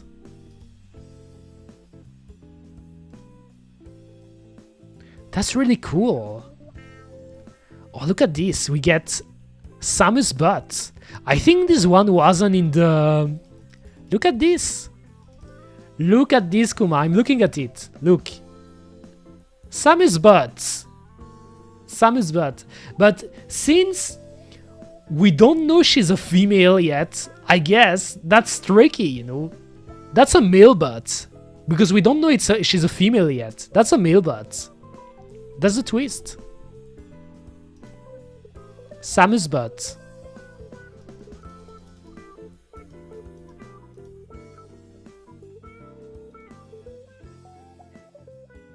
I guess that's the end. Nice. So that was a Japanese manual. Come in. I like the illustration of the cover. Where was it again? This one. I think the cover is really cool here. Like, this is one of the illustrations that we didn't get in the American version either. Nice too. I think that's pretty much it for the game manual. That was interesting. I took a little bit of my time because I feel like my voice is still... I'm still struggling a bit with my voice, but I guess I'm getting used to it. Let's go into the game. So where's my controller?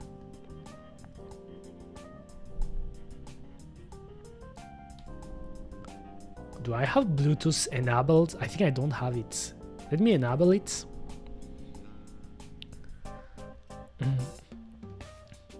Again, I apologize if I'm feeling a bit lacking of energy, guys, but it's really that's my voice. I'm struggling a bit with talking.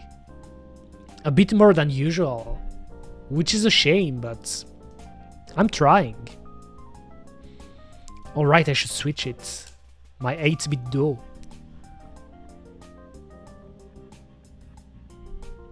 Okay, it's connected.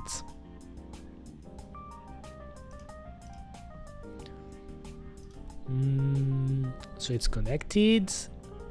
I guess I can stop that. Naruhodo ne. And now. Now.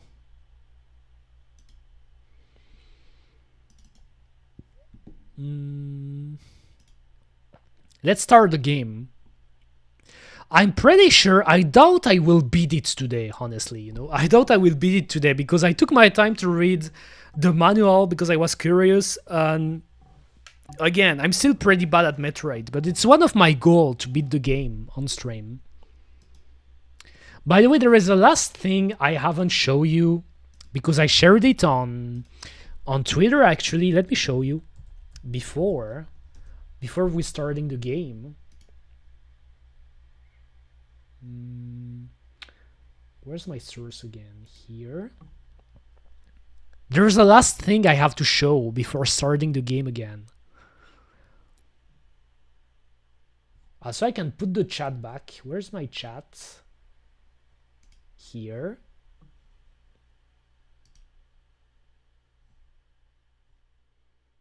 Annie, what was that tweet? Ghibli Museum short films are the best way to generate Ghibli image in a... Oh, I thought they were talking about AI images. I was scared for a moment.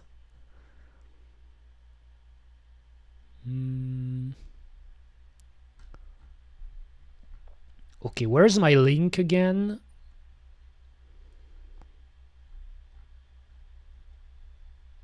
My link.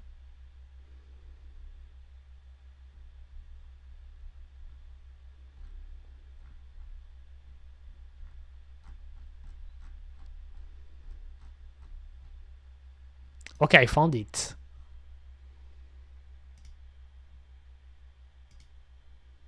Here, I made a list actually, and I shared the link on my Discord and on social media. By the way, I don't know why it was reloading. Why is it reloading?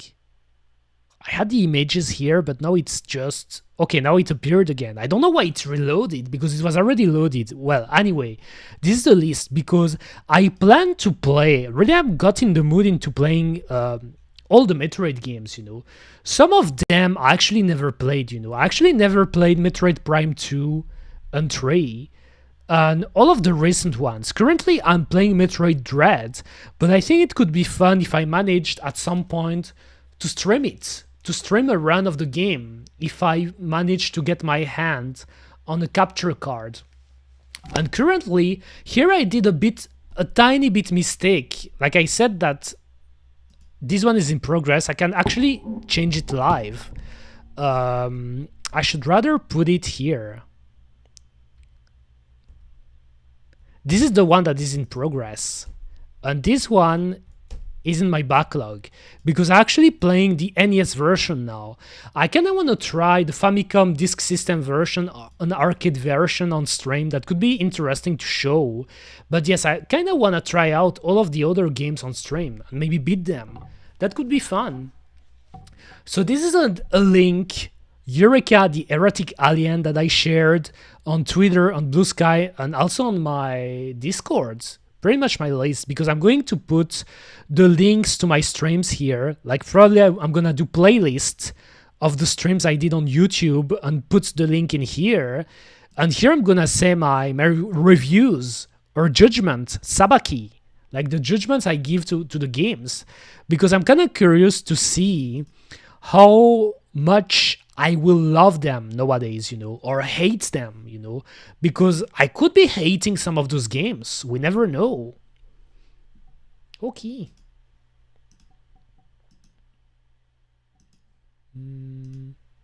Nice. Nice. Let's run. If it doesn't crash.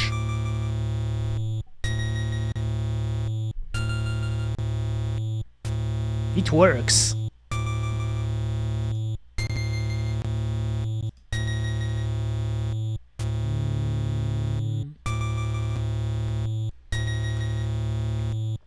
I memorized the game so you can complete it. What do you mean, you memorize the game? Do you mean you know it by heart? Or do you mean that you memorized it just right now? Because the way you're saying it seems that you did it now.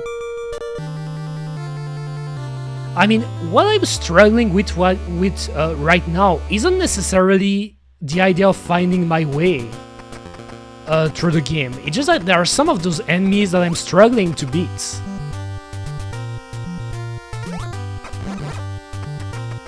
Because some of them can be tricky. They can be tricky, Kuma. So this is the first power-up.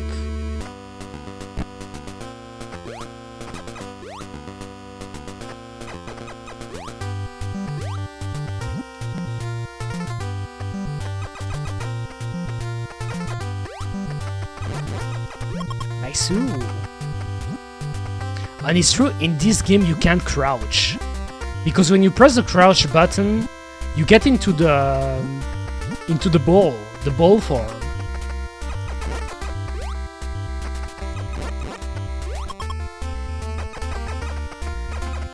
And yes, that's the thing. It feels like that when you're running and shooting at the same time. Maybe it's me, but it feels like the range is even shorter than if you just stand and shoot.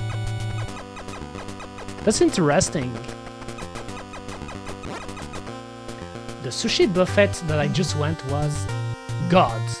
I think you wanted to say was good, but that's cool. I love sushi, Valzan, by the way. Welcome, by the way. Hope you're doing fine. I'm doing great. I mean, I say great. I had a nightmare last night, so when I woke up, I was feeling like shit, actually, but then when I went to visit my brother, I started feeling better. I love sushi. It's the same, but it's because the running speed is... Oh, that makes sense. That makes sense, Kuma. Okay, here I don't know what I wanted to do. I guess I should do it like this if I want to kill them. Or maybe I shouldn't do that. I see.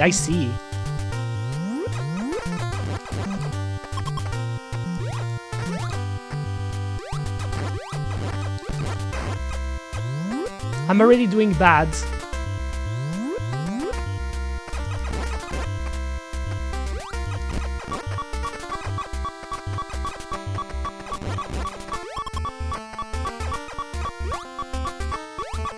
But I mean, thank you for helping, but I'm trying to beat it myself, honestly. Like, for this run at least, I wouldn't want to get backseated. But thanks for the help, though. Thanks.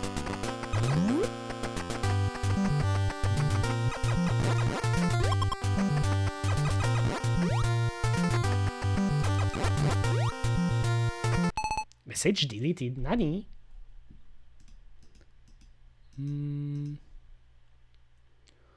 Oh, I just realized.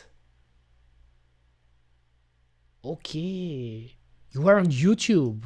You can delete message on YouTube? I didn't even know that. So that's another difference with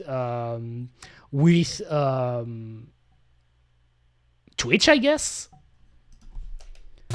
Not really backseat, but just a conclusion by the way you move. Yes, that's sure. That's for sure. But he seemed to want, like, he told me that he pretty much know the game by heart, which is great, by the way, you know, because it's one of those games that I'm sure there are a lot of people that have beaten it many and many times.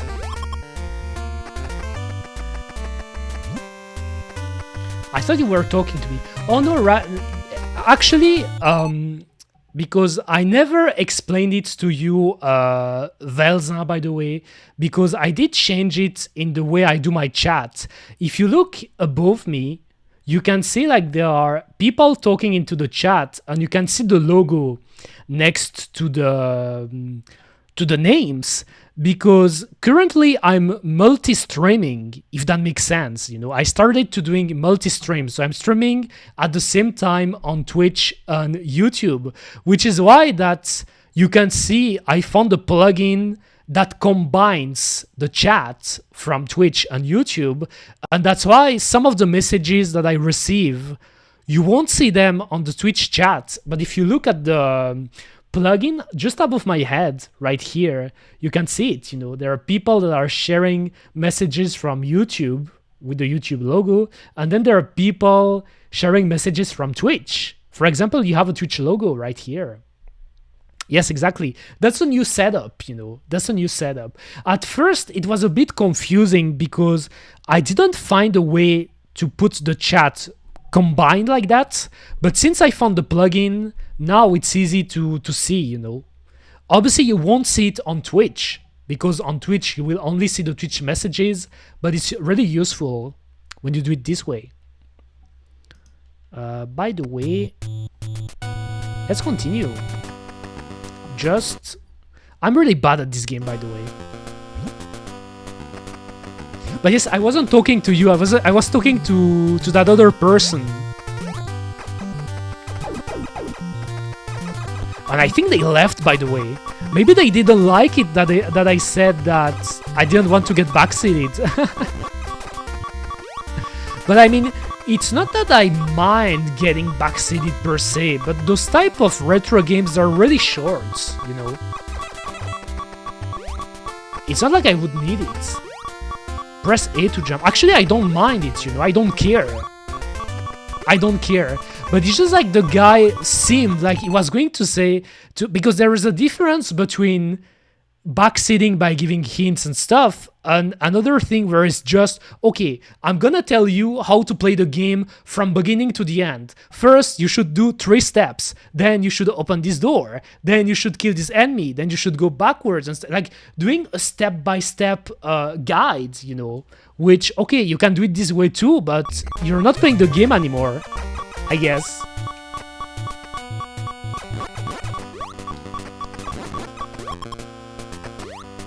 Oh, by the way, Velzan, I was going to ask you, but WrestleMania is next week, right? It's already next week. WrestleMania. Or am I tripping? Maybe I'm tripping. Is it next week? I'm missing those enemies. What a bad jump. By the way, I should still find a way to put my chat properly, you know. I found a way, actually. Maybe I should put it here. I don't know. I still don't know where to put. Maybe I would put it like this. You know.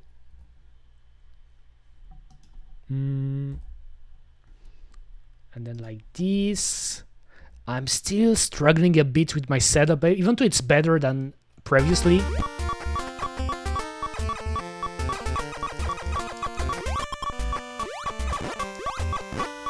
Is John Cena gonna fight that kid on the front row now? John Cena, he became a bad guy. I hate it. He's a bad guy now. He's a traitor.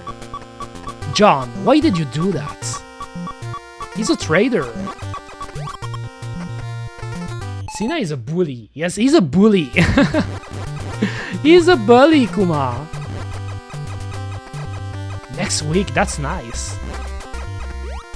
I think I could watch it. I think I'm gonna watch it. I'm gonna do an all-nighter just to watch it. I think Sina is gonna win anyway, you know? Because it would be weird if he became a bad guy, you know? He started betraying his values and stuff just to lose again, you know? That would be weird, because Sina has been losing a lot these last few years, you know? So I feel like he has to win.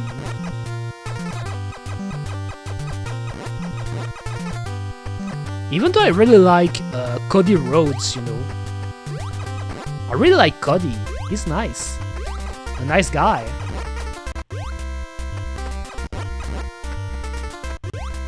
Why am I getting... Don't tell me I'm getting frame drops now. I hope not. Would be insane. At my work, 80% vote for the God Gunter and not for use. It's just me, Jay. Oh, I don't like Jay. Jay is just a gimmick. But now all of the people who was booing him is cheering him, and all the people who was booing him is cheering and booing him too. Bring back Elias. Yep, it seems you are getting some. I mean, Elias isn't here anymore, right? You're always talking of the most random wrestler, by the way, Velzin. If you ask Velzin, he's gonna tell you, oh, I think Xavier Woods should get the Words title, you know. He will tell you stuff like that.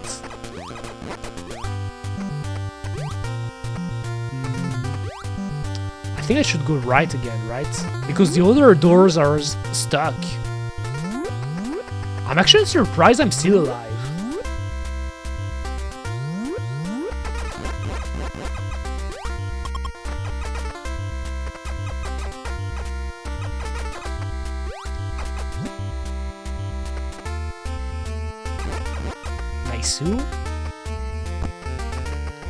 I lost a lot of life. I'm trying to get life points back if I can.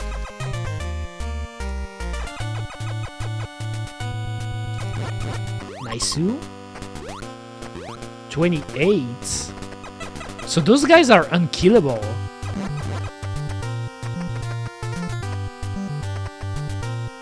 Okay, that was bad. That was a bad drop.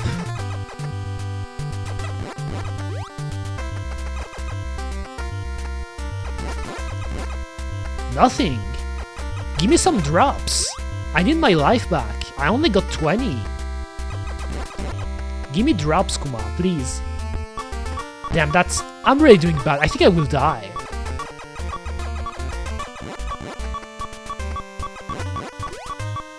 If I don't get my life back now... Okay, that's nice.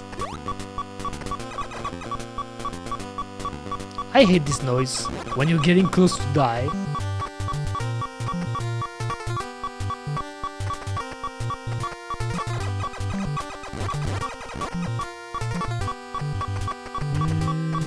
I wonder if it was the right way, by the way. Didn't Elias become his own brother and got deleted? Oh, I remember about this. I'm pretty sure all of you guys, by the way, are way more knowledgeable about wrestling than me. Because usually how I follow wrestling these days is I look at clips, Kuma, you know. I look at clips because they share a ton of clips on YouTube.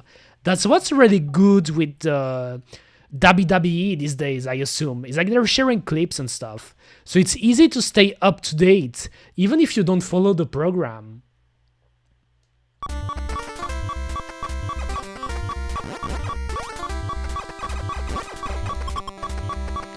Give me some life points.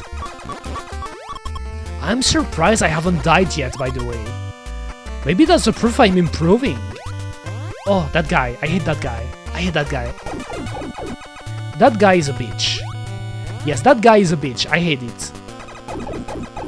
Is he going to appear again? Okay, this time it disappeared. Why did I went down?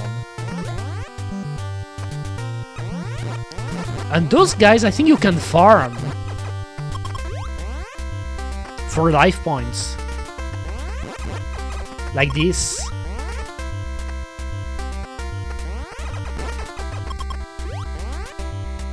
We try to farm someone. Some of them.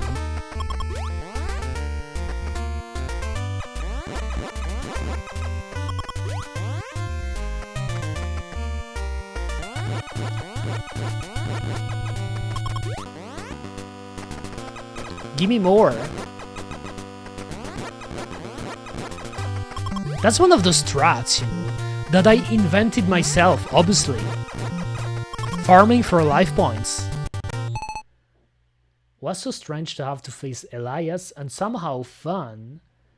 But I guess if you merge Sando and Elias face, you get Ellie Knight face, so it kinda works out for the subconscious. Damn, you're getting all nerdy about wrestling. Wrestling is fun, by the way. Wrestling's fun.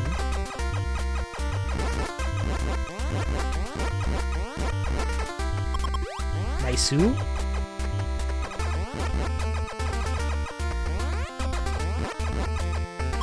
76. I will do it until 99. I don't care. I forgot to jump.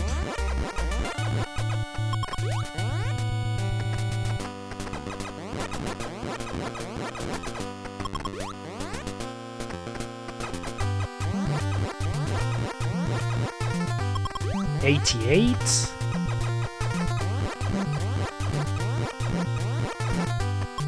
$93.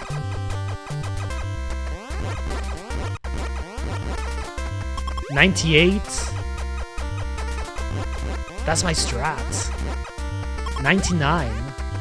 Nice. You seem good at milking. I mean farming. I mean, I'm good at both. I'm good at both, Kuma. Milking and farming. Both. I'm really good at them. My milking skills are unmatchable. I'm not even kidding. I'm not. And I guess farming too. Even though I would argue gacha players are better at farming than me, because in gacha games you have to farm a lot, usually. Oh, not that guy, please. I hate that guy. I hate that guy, Kuma. Okay, down. Maybe I should do that. Nice. Progress.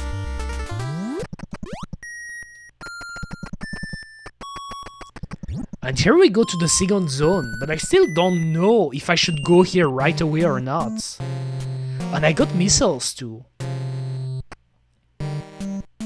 You ask every month that I change my PP. I mean, by PP you mean profile pic, right? He means profile pic. He doesn't mean PP. I mean the other PP. You know what I mean. Come on, guys. Come on. You know it. Oh, not this guy. Not this guy again. I missed it. Okay, here I didn't.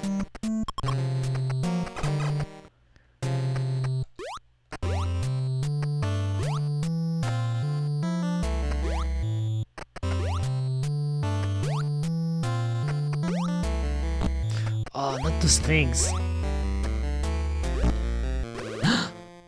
Okay, don't do it. Don't do it, Eureka. Nice. What the fuck? I mean, you know what I mean. You know what I mean, Kuma. I think there's nothing else behind this, right? I always forget.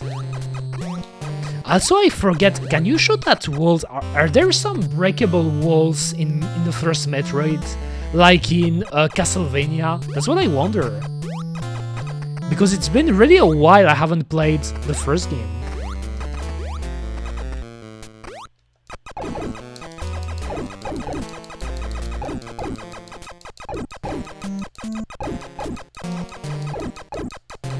Damn, it takes a lot of hits to kill the red ones.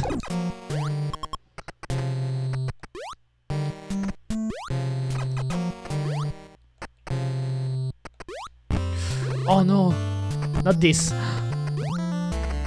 Look at how many life points I lost. This game is brutal. Okay, 5. Should I go back up? But I guess it's saved here because I changed zone. Pretty sure to like, why continue the road after the missile drop? I mean, you never know if there is a secret, you know, because there could be a secret behind it. And just, it's been like, I don't remember most of the Metroid zones at all. Okay, he's dead.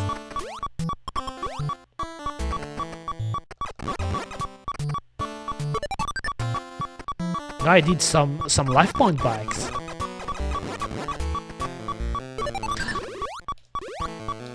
Damn, I'm gonna die. I'm gonna die. Why? I'm only getting missiles. And I can't get more than 10 anyway. So that's what a bit annoying when you get the missiles in a Metroid, is that they enter the pool of drops in the game. Because when you start a game and you don't have the missiles, usually when you kill an enemy, you will always get health.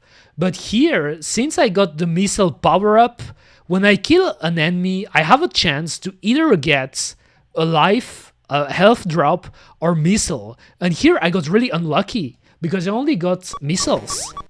And I need health.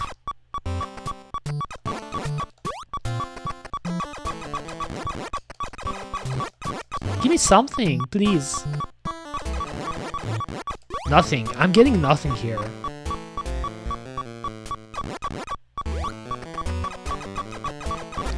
Nothing. Okay, nice. 5.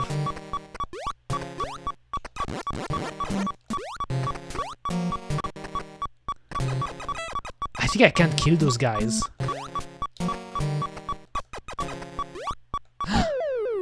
My jump! Oh my god! Game over. But I think it's saved here. At least it saves when you get to a new zone. Jump Kuma, yes, this game actually, depending on how long you press a button, you can do small jumps like this, or you can do a high jump. And if you hold a direction and jump, she does the somersault, you know, which is a big jump forward that is pretty sick, by the way. It's pretty sick looking. I like it. But there is some precision involved with your jump. That's for sure.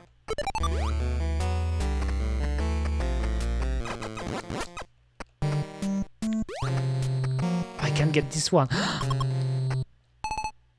Did I fell into the ground and jump right away? I feel like I wasn't even on the... What the fuck? Can I do it again? That was weird. That was weird, Kuma. 45. Alright.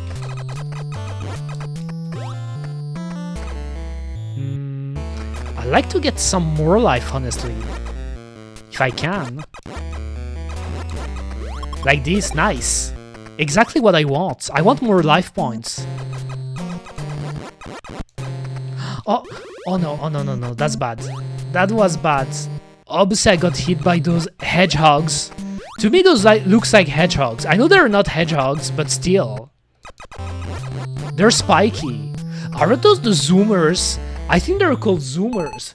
Because you weren't here yet, Velza, but at the beginning of the stream, I was reading the game manual, you know, to look at the bestiary and all the lore of the game. And there's one of the enemies from the first Metroid that is called literally Zoomer, you know, and it was a spiky enemy. So I think those are the Zoomers right here. Those guys, the spiky one.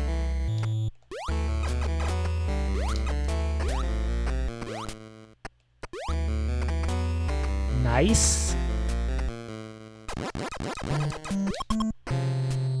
New speedrun road unlocked. Thanks, Kuma. I'm inventing, guys. New strats.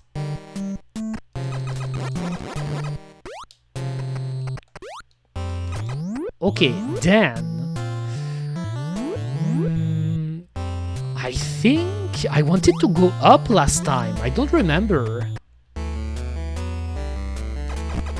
Oh, but that's bullshit. What are those things? I didn't even know those things were solid.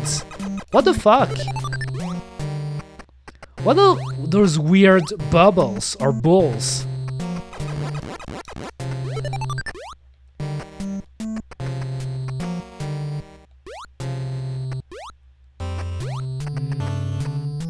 Here I should do a big jump.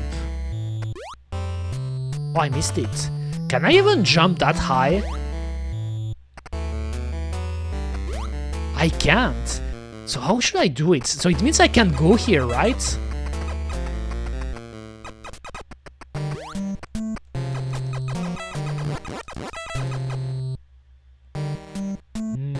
Let me kill that one first. So he's killed. Now let me try the jump again. Yes, it's too high.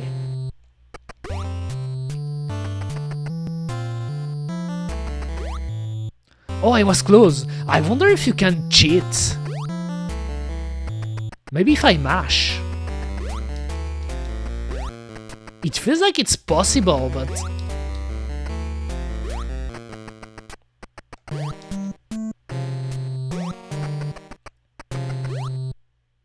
No, that's too close.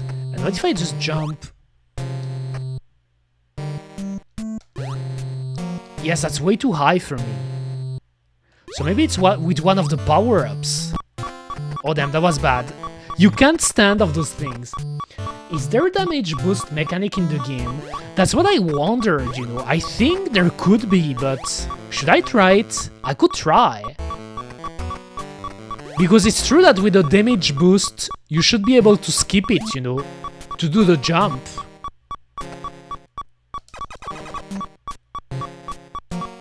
Let me kill this guy first again.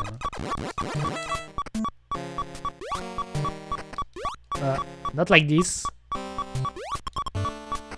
I should time it though. That's the thing. No, there isn't. I think there isn't.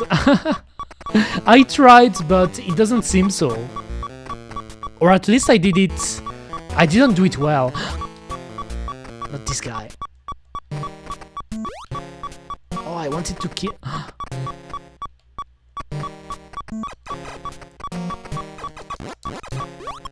Nice. I really wonder how many streams it will take me to beat this game because I'm really bad at it for now. I only died once, but this part is still easy, I guess. Oh, not this guy again. Let me leave. I hate this guy. I think there is a way to kill this guy without triggering him, you know. But I need the missile, obviously.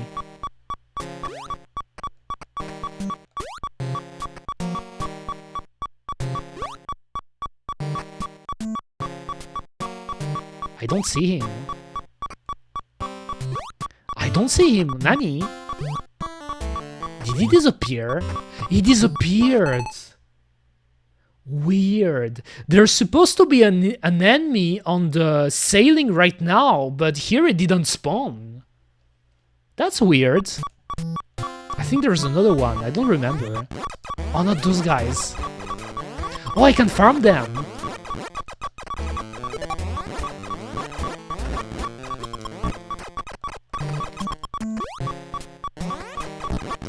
Oh, not like this. If I die like this, that... I hate those guys. I almost wonder if the red ones... I think the red ones is better if I just use my missiles, right? Because if they spawn missiles again, I will get them back. So I went here already. Let's do it again. This game is hard. I'm better at Ninja Gaiden than I am at Metroid. That's for sure.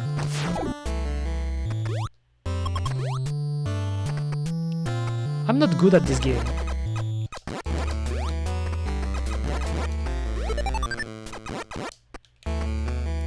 This one.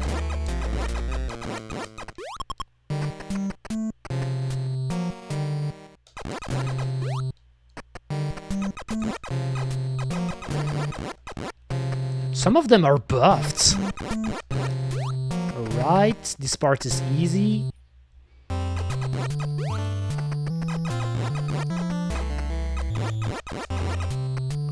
I think the yellow ones are they're more buffed than the blue ones. That's what they said. Oh, not like this. Alright, the jump. Nice too.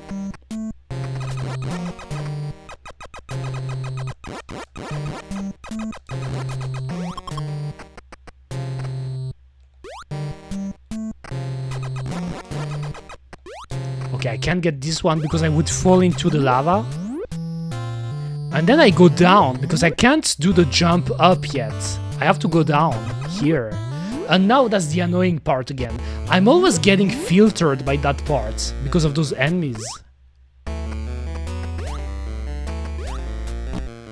Okay, here maybe I shouldn't...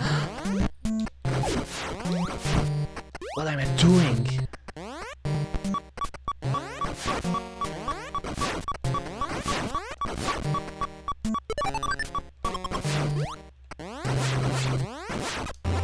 I'm wasting everything. I shouldn't do that.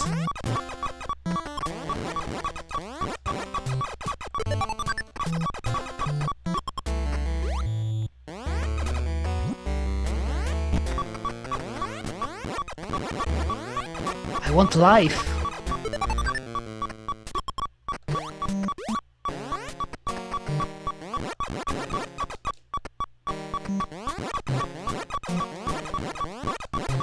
Nice.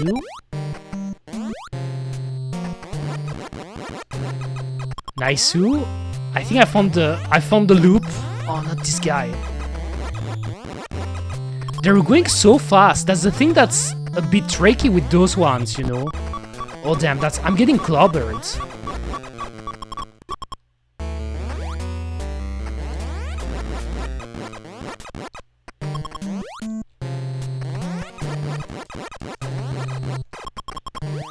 Nice. That's true. Alright. Nice. Why like some of them are hitting me even though I should mash higher. I'm faster.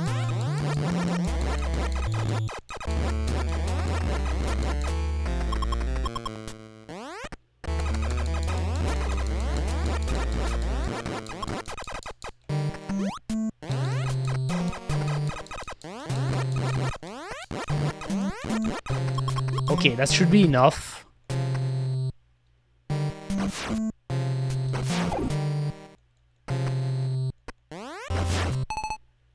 Wrong button.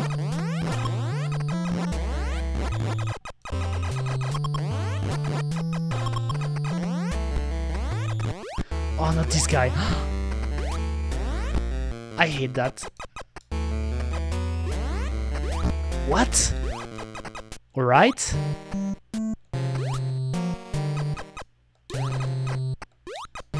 Okay, I'm gonna wait here because I think those blocks respawn at some point. That's what's annoying with those blocks. If you wait too much, they respawn and they can kill you. It's annoying. So let me wait a bit, like here.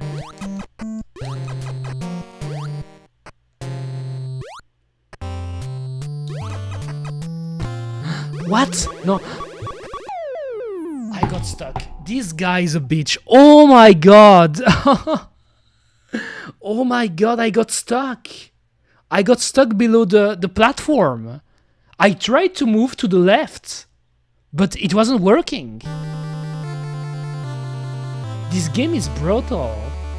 Oh my god.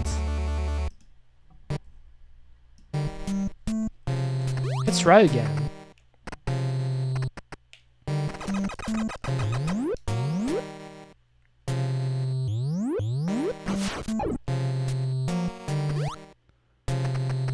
That's brutal. I don't even know if it's the right way, you know. I wanted to at least go to the end of the part I'm getting clobbered.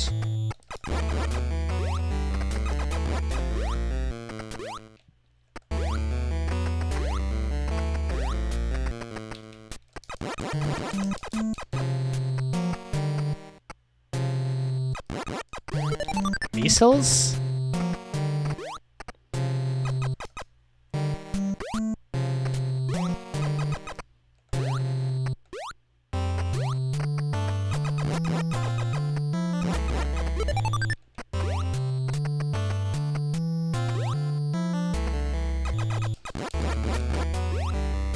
What? What is this jump? This jump was really bad. Sometimes it's just I do a small press. I shouldn't do that, because when you do a small press, Samus doesn't jump high, you know. And that's not what you want in most times. You want to do a good jump, not a small jump.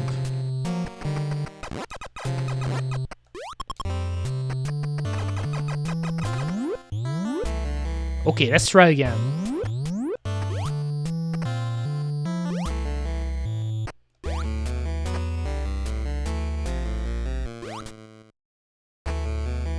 Why did he start to move?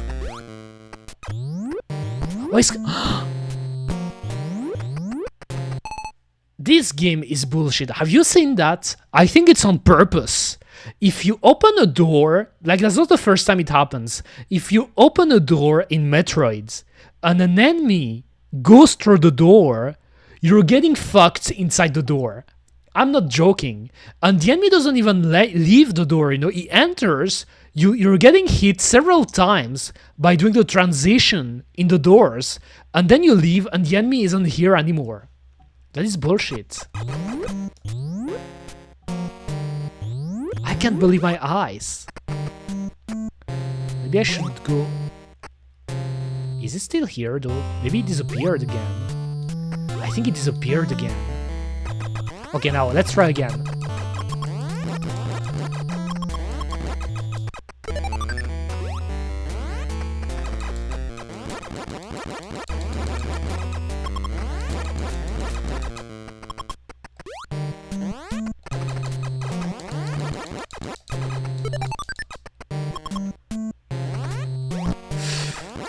I hate those guys.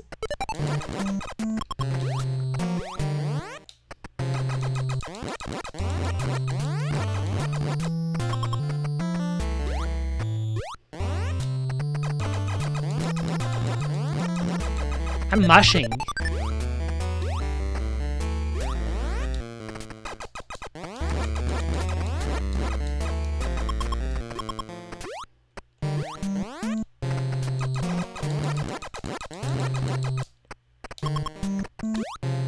Nice. I guess it's enough. I wonder if there's... Okay, I did it. There is a timing to do it, actually. Like this.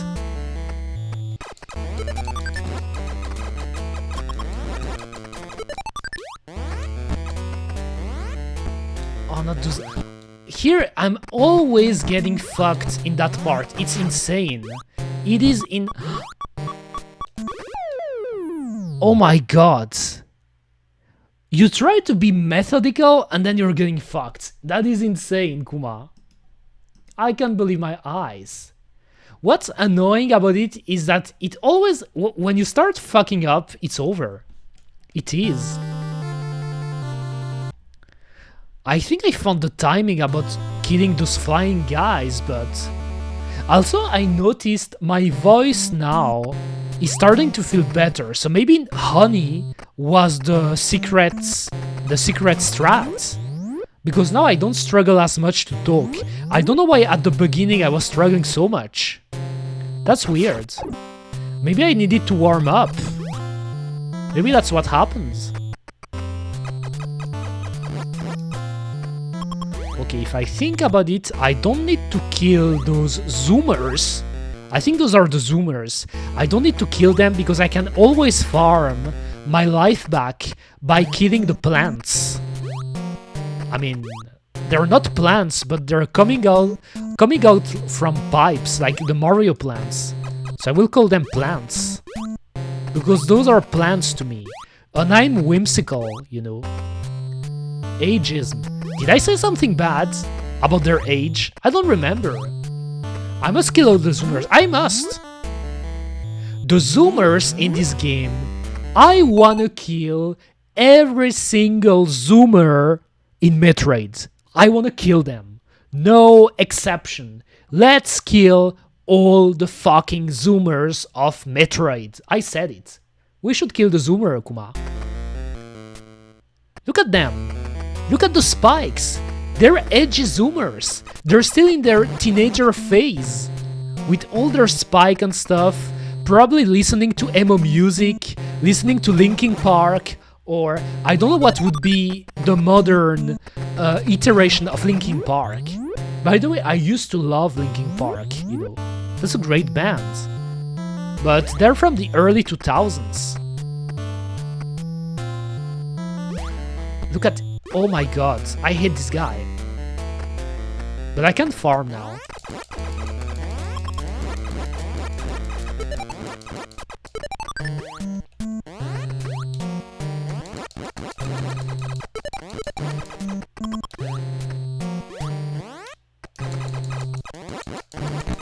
Oh, this one went fast.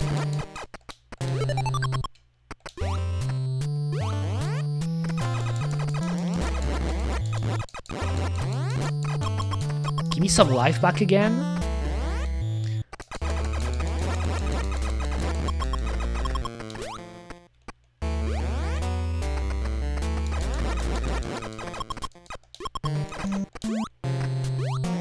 Nice.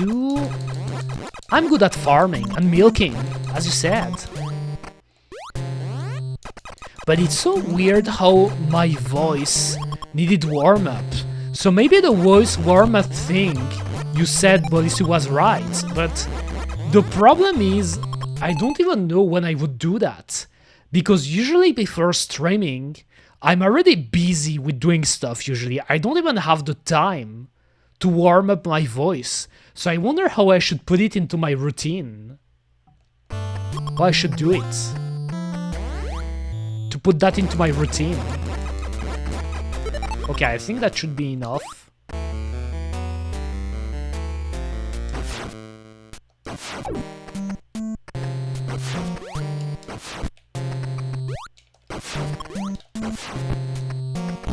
I can't... What's the... Okay, here I did it. I think it's a neutral jump, if you want to do it well.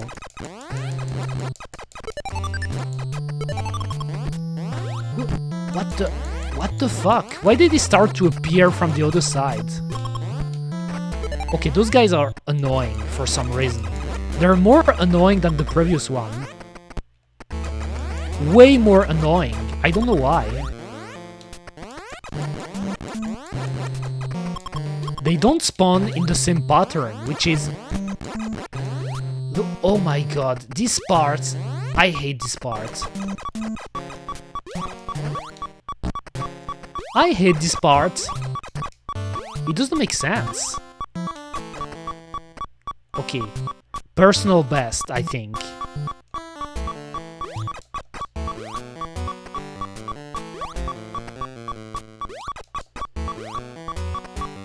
What? There's nothing? Are you kidding me? Was I tripping? The internet says BMTH is the new Zoomer Linkin Park. BMTH, let me see. Who are those guys? BMTH. These? Bring Me the Horizon. A band formed in 2004. But 2004 is really early, right? When was formed Linkin Park again? Bring Me the Horizon. Horizon. Should I say not Horizon? I don't know why I say Horizon. It's Horizon in English. Linkin Park is from 96. So I guess it's a few years earlier. but still a 2004 band is old news, right? Yes, Linkin Park, the modern version of Linkin Park, quote unquote, like when they started to get known, was in the 2000s. So 2001, that's when they released their most iconic albums. Because when I say 96, is when they were known as other names. Like for example, they were called Xero in 96, and they were called Hybrid Theory in 99, but they weren't really known as Linkin Park yet. It's really in the 2000s that they exploded in the nu metal scene. Never asking Reddit sucks. Bolisu, you know it pretty well. You know it better than me. Bolisu, come on. Come on, Bolisu. Reddit sucks. I mean, Reddit can be useful if you're looking for neutral information. For example, if you're looking information about resources related to games, or for example, for emulation and stuff, Reddit can be useful if it's just gathering basic info, I guess, because there are a lot of nerds in Reddit. But I feel that everything related to music or to art, Reddit is low tier. You shouldn't go on Reddit, that's for sure. Reddit sucks. I mean, that's pretty well known. But now, I can't, like, am I tripping? Because what happened? There was no item, right? I think I'm tripping. So this part is for the missiles. I got the missiles already. So I go right. Should I try again? Because I don't know how to go higher. So I can't do that. I mean, at least I'm getting better at this part, I guess.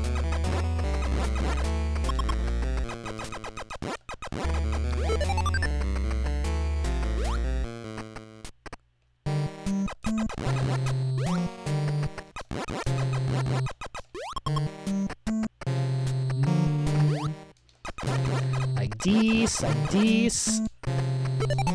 It's so weird how at first I was struggling with my voice and now I don't struggle.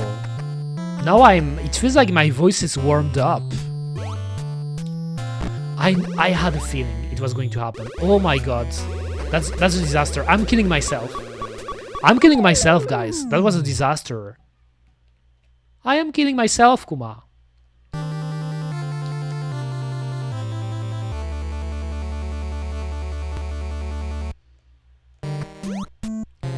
I mean, I don't really listen to music, modern music, I mean, pop culture music that much these days. That's for sure. So I wouldn't be aware of the groups. I just know that Taylor Swift is pretty popular for some reason. That every teenager in the world loves Taylor Swift, it seems. I think there are Travis Scott that for some reason is really listened on streaming platform. Besides that, I'm not really aware of a lot of popular guys singing in music.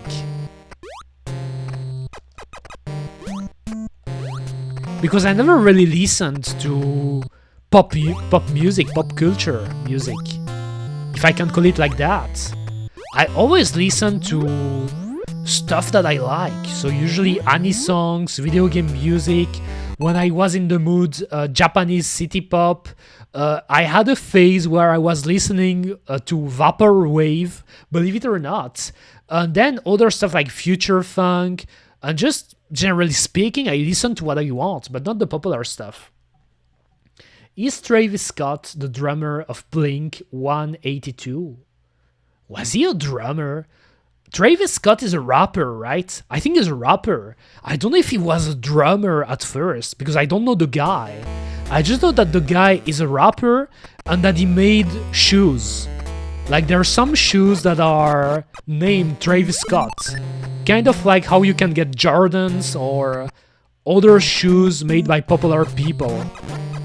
That's what I know. But yes, Travis Scott is a rapper and he's a stoner, you know. And he's not necessarily a great guy. I heard Travis Scott is one of those popular rappers that are kind of like a dickhead in some way, Kuma. But who's not a dickhead these days, anyway? Everyone is a dickhead, Kuma. Everyone is a bully. Okay, is it here?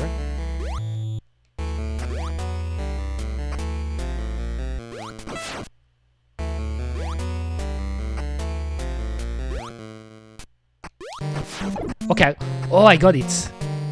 But I got hit by these fuckers.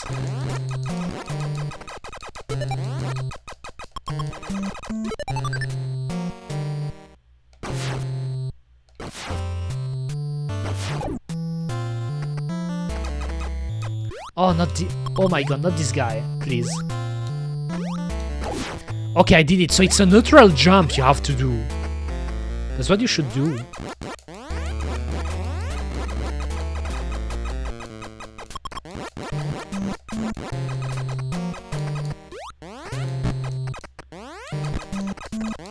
Please, don't kill me. I'm begging you, don't kill me. Is there another one? Oh no, oh not this guy, don't. Okay, I killed him. I got some life back, but... Nani? They don't spawn. Why aren't they spawning? Search Travis Scott. Who the fuck is this guy? Never seen him. Believe it or not, he's really popular amongst teenagers. I don't listen to him, I don't care about him, but I know him because he's popular amongst teenagers, you know. And recently I've seen a poll of the most streamed singers and musicians on, I think it was on Spotify, and he was top 5 or top 6, something like that. Nani? But where the guy? Are they going to spawn? Or am I knew it. They have different spawning animation, I guess. But what is happening? This game is insane. I'm really doing bad. I'm really doing bad. I will have a lot to work, you know, in order to get better at it. I wanted to see though. But yes, let me see the top again. Top 10 most streamed singers, I guess. Daily updates. Let me see if I can show you. Or maybe it wasn't on Spotify. So let me show you. So we are getting up to date to the Zoomer news. So you see Taylor Swift, Bad Bunny. I know about Bad Bunny too. Even though that, didn't Bad Bunny do things in wrestling? He did a wrestling match, right? So there's Bad Bunny, there is Drake, obviously, The Weeknd, Ariana Grande, Ed Sheeran, Eminem is still in the top 10. That's cool. I like Eminem. Justin Bieber. Is it still a thing? Justin Bieber. Nani? Billie Eilish. I know about her. Kanye West. Kanye West is peak Manhela these days. I don't know if you've seen this Twitter, the Twitter of Kanye West. He tweeted crazy shit, you know. He really went on a full Manhela rant. I think it was a month ago.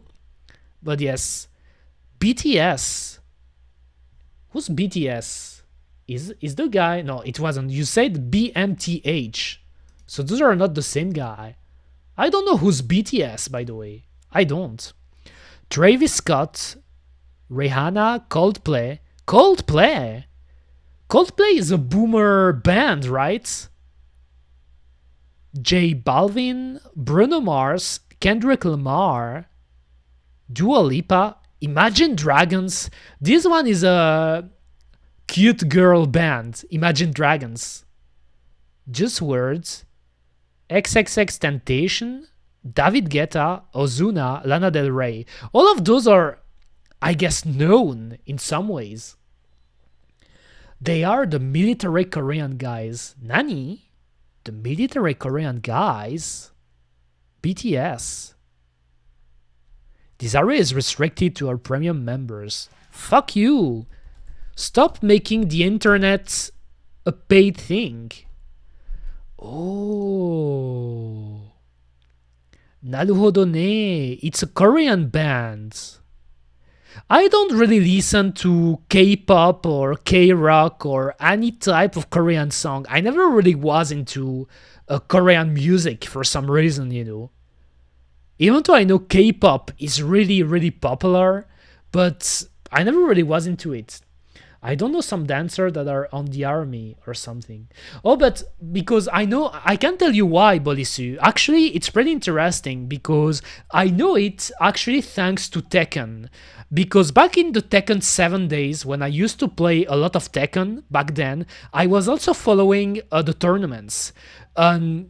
Back then, Tekken was notorious for being a Korean game, in the sense that the best players were Korean. And usually what happened, you had big players from Korea that went on a big hiatus, so disappeared, because they had to do their military service.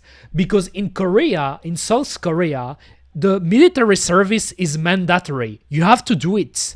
And I think it takes a year to do it for some reason. It's really long. You have to go to the army when you're in Korea. So usually, unless you have an exemption, if you're Korean, you will have to go to the army.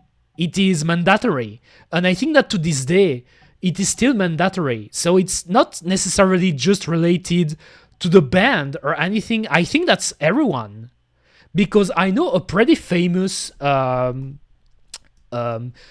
player, this guy, Kudans, that pretty much, it was my favorite Tekken player, by the way. I love this guy. He's playing Devil Jin. This guy disappeared at some point because he had to do his military service. You know, he had to disappear. And then he came back and he won the first biggest Tekken 7 tournament. And it made a big buzz because it was pretty much the old guy that came back and beat everyone, you know. But he disappeared because he had to do military service. So it's pretty common with Koreans to do it this way. That's why I know about it. Let's try again. I'm so bad at Metroid, but I'm going to get better. You'll see.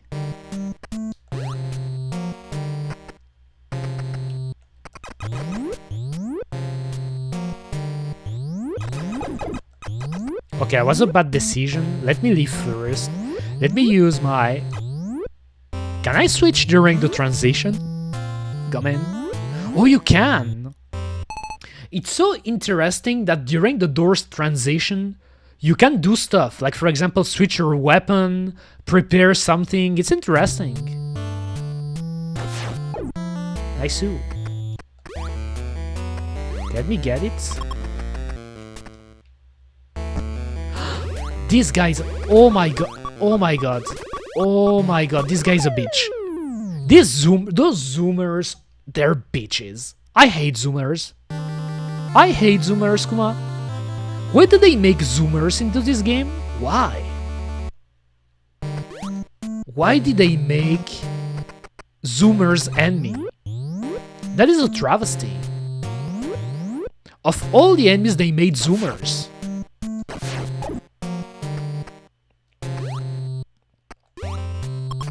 Maybe I should jump up. It's better to go here, like this, the Mario way. I say the Mario way because usually in Mario, if you want to skip a level, you have to go up, you know, like break the blocks and then jump above the level and then skip it.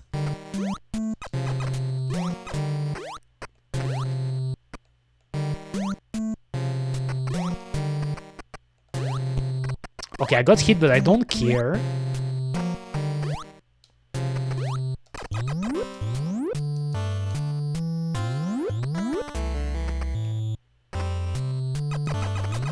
Okay, let me get my missiles.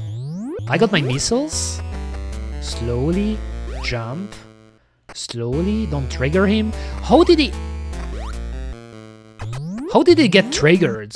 I don't know why he got triggered. To move like this.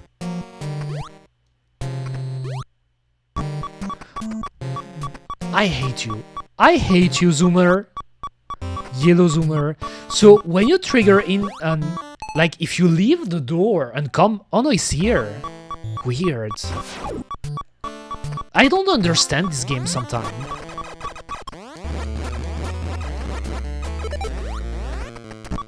Damn, I should jump higher when I go back like this.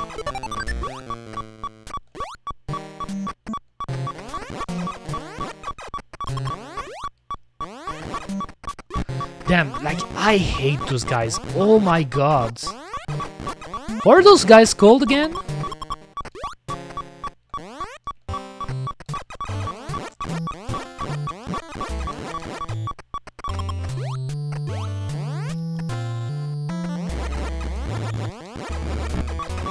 What are those guys called again?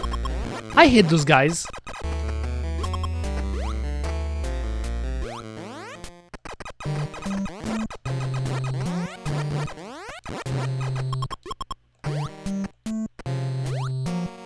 Are you wearing underwear today, Eureka? I am. Believe it or not, I am for once. I am. Today really feels like an underwear day, especially since like last night I had a nightmare. Because I wasn't wearing my underwear, so I guess that's what triggered my nightmare. So now I'm wearing it, because it's a protection, you know. It is. It's armor, Kuma. I hate those guys, oh my god.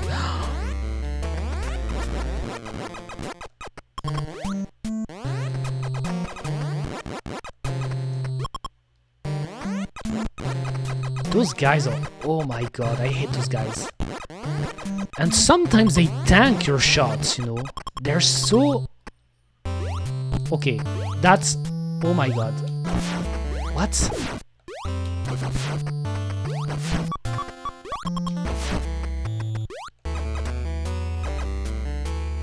And I don't even have... oh my god, don't mention it.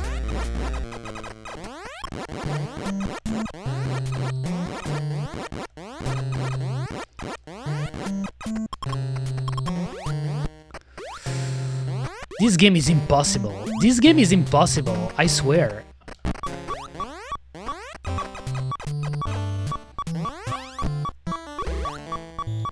This game is impossible. I am... I'm struggling. I am struggling.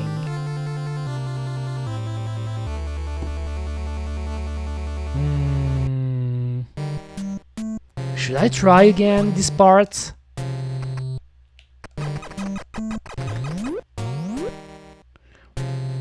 What annoys me a bit, honestly, is not even the game, but is how at the beginning of the stream I was struggling with my voice, and now I'm not struggling anymore.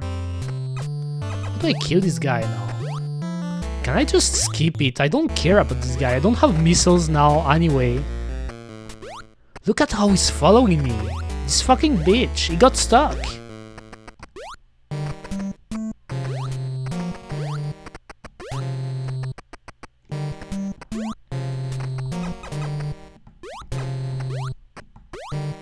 But I don't know. I don't know if it's related to me because it feels I always heard for some reason, but I don't believe it.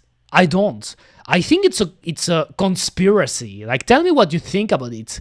But oftentimes we say that obviously on the internet that there are a lot of introverted, but that streamers are for the most part introverted people that don't talk a lot usually, and that they don't interact with people, so they're only streaming because streaming is a way for them to express themselves comfortably. But I think for a lot of people it's not really the case. Like me, I know that's me in my daily life. I am a true hickey. Like I'm a hikikomori for real. Even though I still go out to visit my brother, but besides that, I don't really go see people. I wouldn't say I have nowadays active IRL friends that I go see. Like for example, when I go to the movie theater, I go by myself. Sometimes my brother or my mother comes if they want to see a movie with me because they think the movie is interesting, but most of the time I do it by myself. So in my daily life, I don't really talk a lot to people, and I guess that's why my voice isn't really used to talk a lot. At least when I stop talking for a few days before streaming again, and I notice it's a pattern that happens many times, I struggle, you know. I start to stream, I start to talk, and for 1 hour, for some reason, close to 1 hour, even more than that, because it lasted longer in this stream, I struggle to talk. And then my voice gets used to talking. And for example, right now, you hear me yapping because my voice is warm, you know, warmed up. But I know that other people, other streamers, for the most part, they don't have this problem, you know, because I think that in their daily life, they still speak with people. So I don't know how true or false it is, but I think that a lot of people say that, oh, I'm a hiki, I don't talk to anyone, but that's not true. That's not true, you know, that's not. Oh, can I kill this guy? Is this guy killable? Maybe not.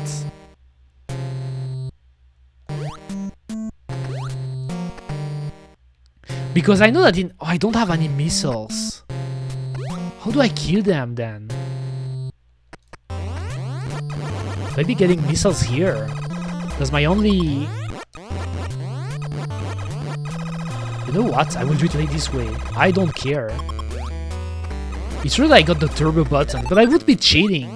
I don't want to cheat. Because I got the turbo button. Look at this. It's weird that they're mapped by default.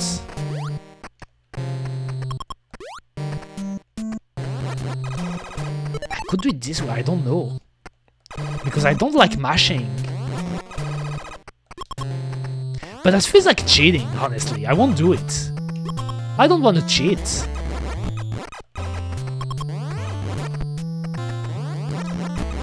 Oh, but it's so harder this way. Oh my god.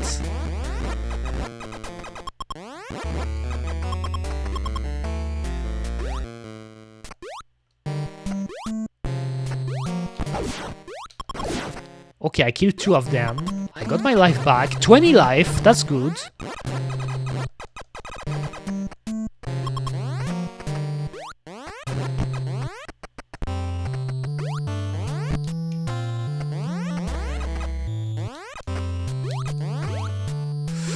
This, oh my god, I hate this. Torture, this is torture, Kuma. Old games are hard. Okay, why did I switch it here?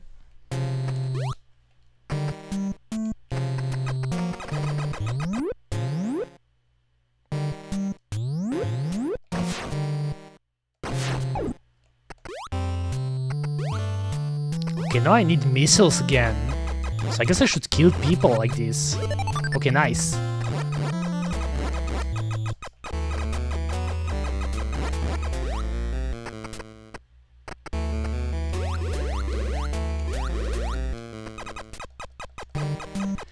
But it's really funny to me how that other guy left, by the way.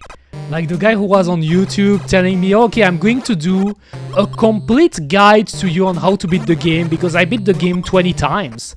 And I don't want you to play the game. I'm going to do it for you, you know. Like there are people that, I don't know if you noticed it, guys, but that's something I noticed when I started streaming games. But it really feels there are people, they are only watching streams to see their favorite games, obviously, but they want to flex maybe their knowledge, or they want to guide people, but it's not only guiding, they want just to tell them the answers from beginning to the end. Because again, I don't mind backseating per se, you know, I don't mind backseating, but to me it's different to backseat someone, like for example, helping them if they're stuck, and to go on a stream with the mentality, like for example, oh, you're playing Sonic the Hedgehog, I'm going to do you a step-by-step guide on the chat on how you can beat the game entirely. You just have to read the chat and you'll be able to beat it, you know. I think that's a weird way to go about it, you know. Because for example, I like to watch Resident Evil streams because I love Resident Evil. And it's pretty much my favorite game, and I beat it many times. But never I would go to a random streamer and tell them, okay, I'm going to guide you from beginning to the end on how to beat Resident Evil.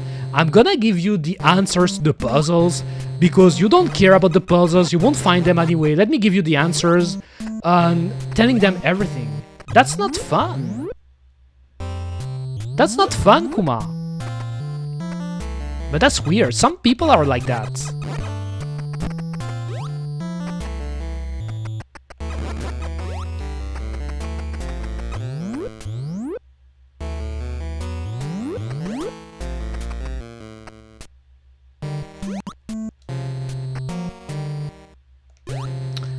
I hate this guy, oh my god.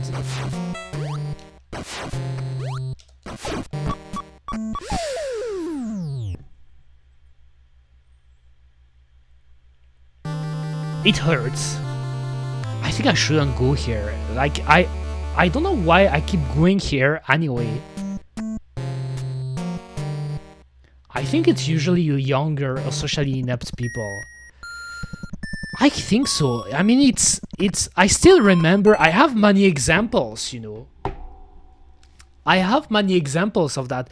I have a an example that I remember really well, because I used to stream Sonic games at first, when I was streaming as Eureka version 1, and Sonic games are really popular, even to these days. Like, if you want to stream retro games and have people actually watch you, you should stream Sonic, because Sonic, you will always have people watching you, like streaming Sonic. But some of those people are like, okay, I'm gonna tell you, you can do this, you can do that. But what's worse, like, there are people that don't even know shit. There are people that don't even know shit. I had an example. I was playing Sonic Generations, and there was a guy telling me, if you do the tricks in Sonic Generations, there is a way to do tricks and to skip parts of the level if you do it that way. And he gave me the steps on how to do it. And I tried it out. And I kept trying and trying and trying. It wasn't working.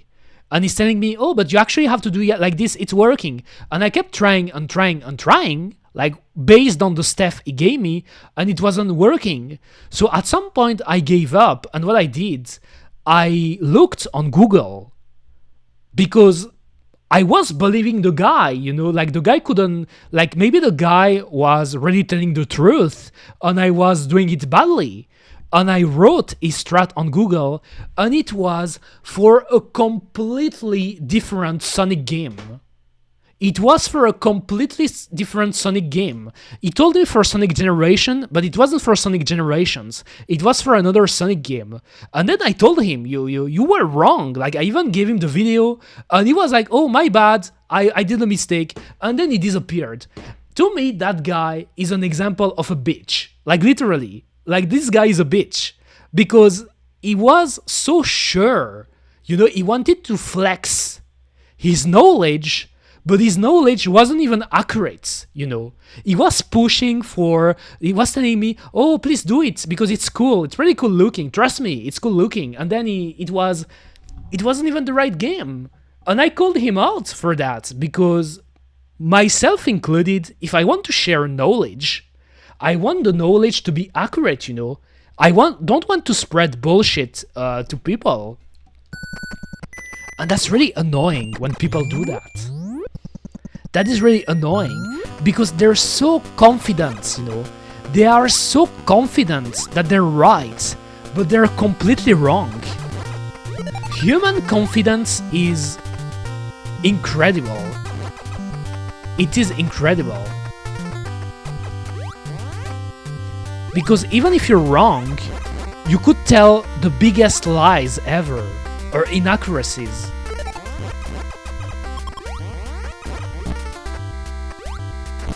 This game is, oh my god, this game is so hard.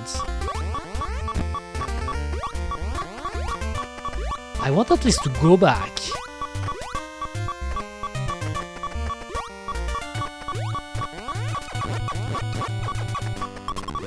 And here I should farm some life back. I would try to go to another area because it seems like this zone is a bait.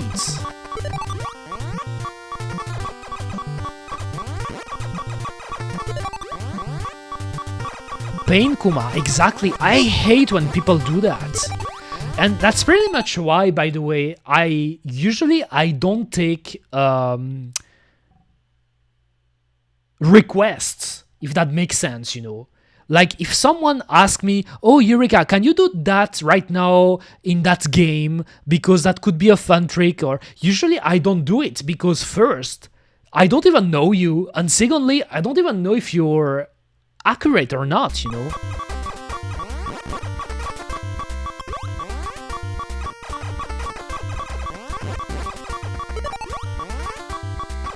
That is annoying, Kuma.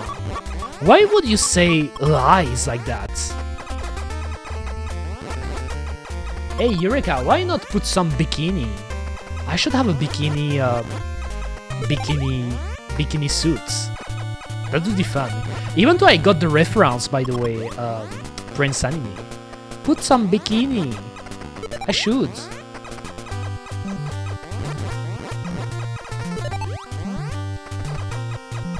I should, Kuma.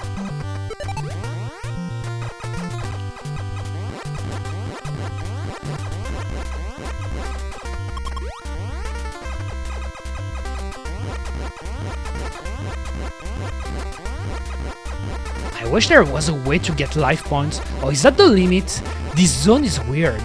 Or maybe not. I thought that was the limit.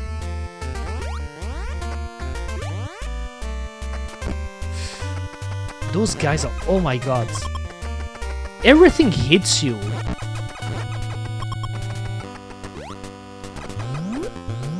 Are we talking about normal bikini or micro bikini? What's your favorite policy? What type of bikini do you like?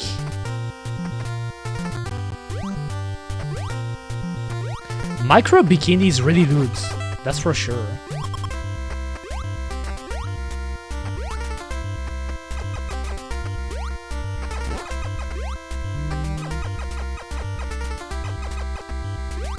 You know, there are the classic.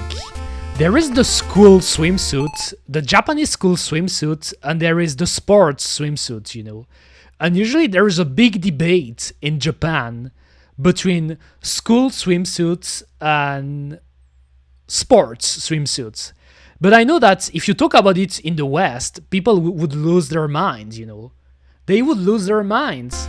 They're already losing their mind to anything the Japanese talk about when they talk about anime tropes. They're like, what the fuck? Why are you talking about that? You shouldn't talk about that. That's forbidden. Japan's so crazy, exactly. So maybe I should go like this. Oh, not those guys. What are those guys? Can I just dodge them like this?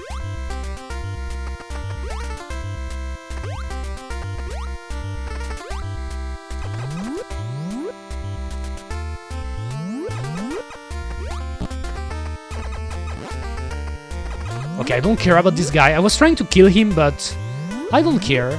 Those guys, I feel like, are better to dodge, right? It's better to dodge them like this. Because they're moving in a zigzaggy pattern. So I guess it's not that hard to dodge them, if that makes sense. For some reason I feel confident about dodging them. Even this guy. That was sick. Okay, okay, I got hit. That was unfortunate, but...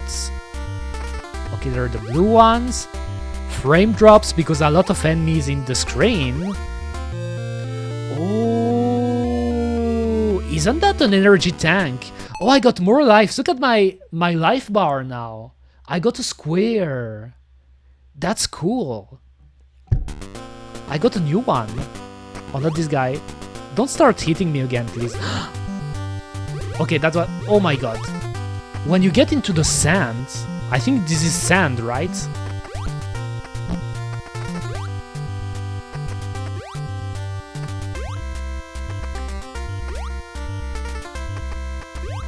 Right. Yes, those guys are better to dodge, it seems.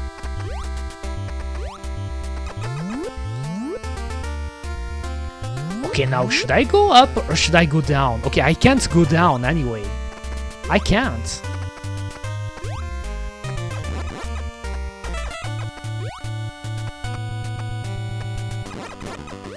I can't.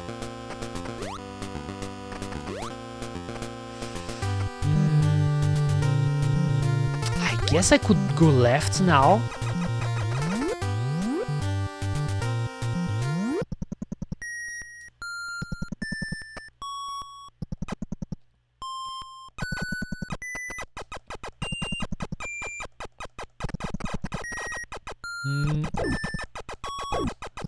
I guess I can kill him like this.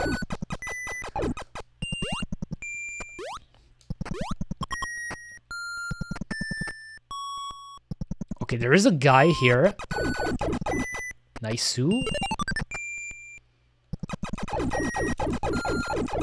Nice-oo, I mashed. Here, I'm not cheating. I'm mashing the old-fashioned way, you know. I could use the turbo button, but I don't want to do that.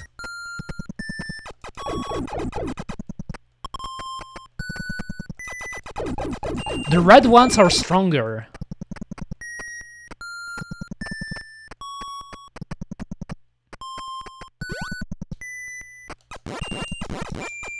Nice-oo. So those doors, because I think if you remember last stream, when I get to those doors, I didn't know how to break them. It seems like you need 5 rockets to kill them, right?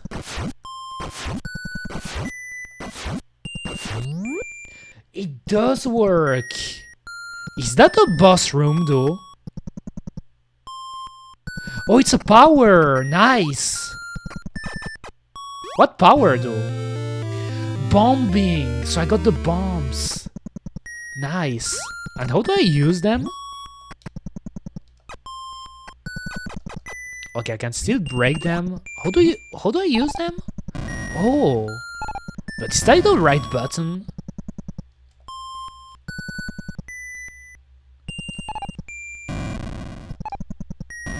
Oh, it's A.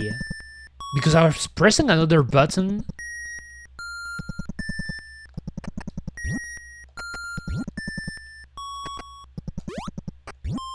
It's A. That's such a staple, I mean, sorry, from the Metroid series. And you get unlimited bombs. I wonder how is it explained in Metroid that you can get unlimited bombs like that. Oh, is that a I was going to go back, but look at this. Nani? Or is that just Is there a secret here? Trying to see if can I go down here? No, I can't. Where that you can go here?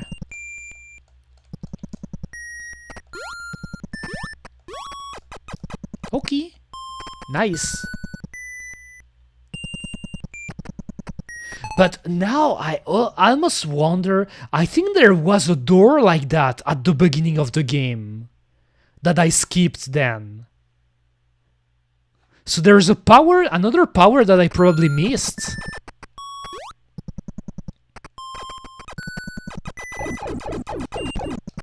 Oh, here it was really close. But I got 20 life. That's nice. Okay, go back here, please. Nice.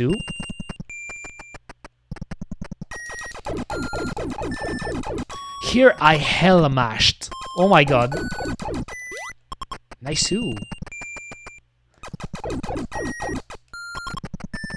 Okay. Should I go back though? I got the bomb, but... And I really should start to make a map myself. I think that's what... Oh, but I can't jump. Look at this. There's nothing up.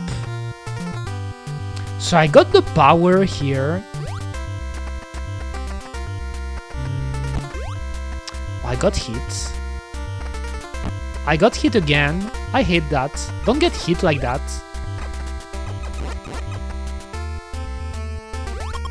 I don't want to get needlessly hit.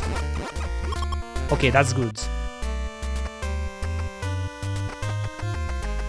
I kinda wanna start doing a map myself, but do I have a... Okay, I got a pen. Let me see if I can find a piece of paper. Let me see. Where's my... Do I have a piece of... Okay, I have one here. I have one here. Let me see.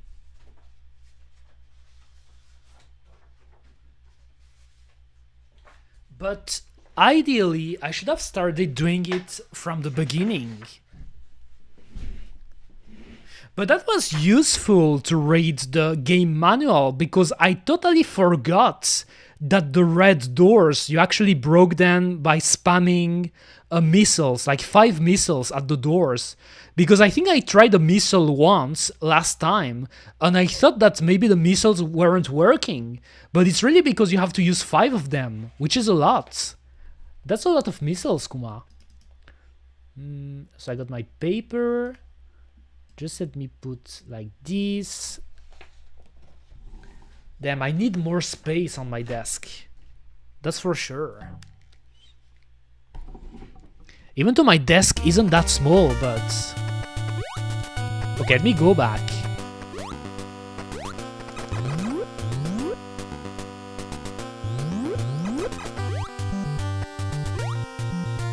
Damn, I have to go all the way back now.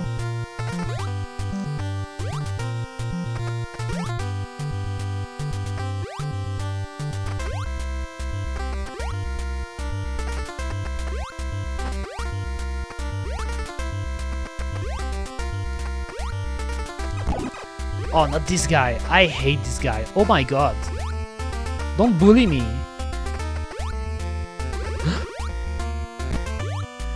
Okay. Slowly.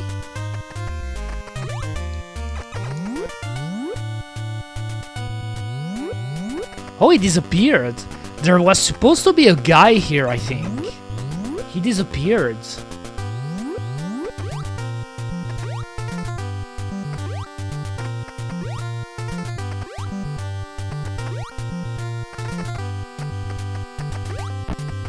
Oh, I got hit. That sucks. I thought I was dodging him. That, oh my, sometimes my jumps are outrageously bad. It feels like sometimes I'm scared to jump because I'm jumping. Come on. Come on.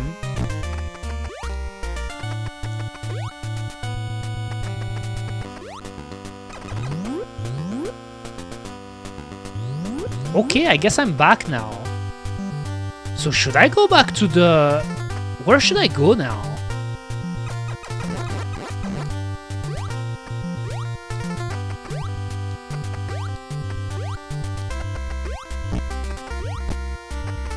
Okay, that was bad. I shouldn't have jumped like that.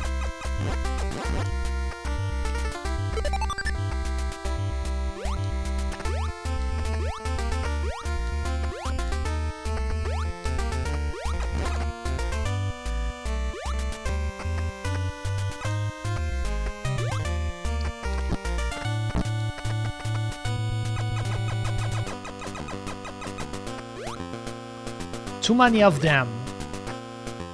There are too many of them, Kuma.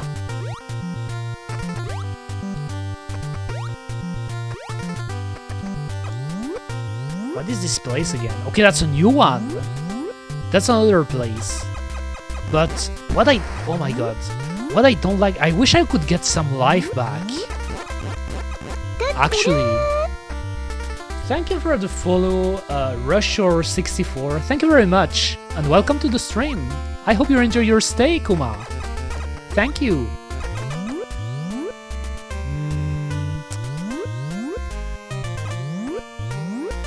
I don't feel good about those guys. But I can dodge them. They're not that hard to dodge. I should just time my jump. Not like this. Oh damn, they still hit me.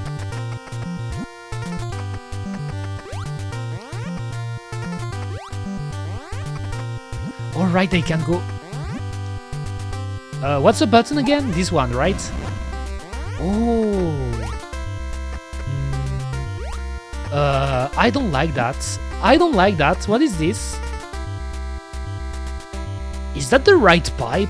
Okay, it's not the right pipe, right? I should go to the first or second? I kinda wanna go to the second. The second? Oh no. Can I just kill him with the bomb? Okay, I used the bomb, but I still got hit. Maybe I should use... Oh my god.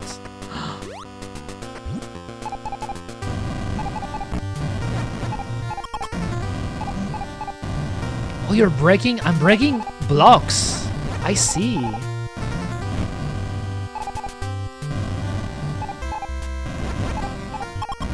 I guess I can farm life in here.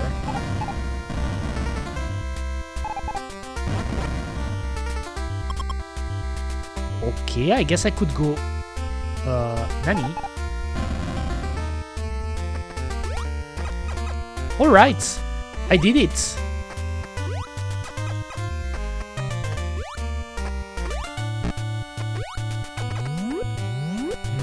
57. That's not a lot.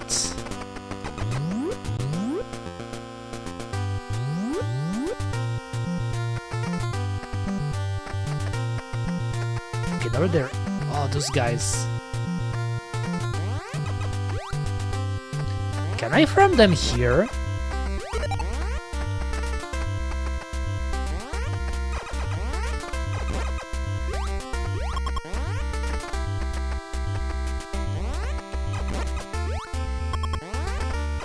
I want some life back.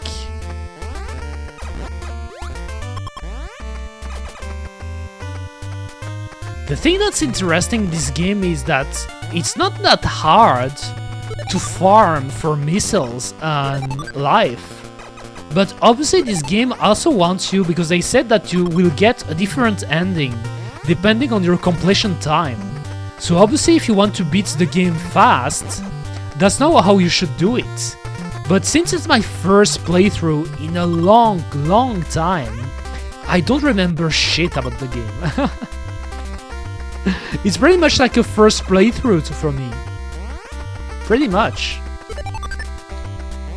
I just remember about some of the power-ups, like the missile, like getting into a ball. All of these are like the staple and probably most iconic power from Samus. Should I keep doing it? I kinda wanna get my life back. Because I did some progress.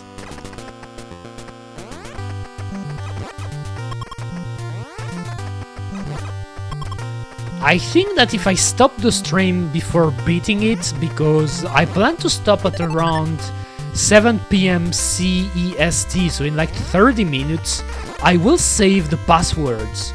So I can start my game from where I stopped next stream.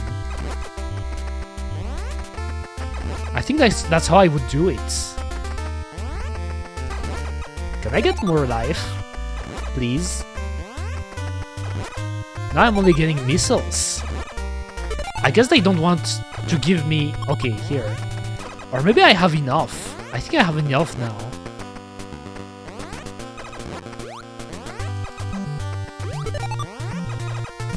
Look at this guy. Okay, here that is an insanely annoying passage. Oh, missiles. Do I get an upgrade? Like, oh, I do.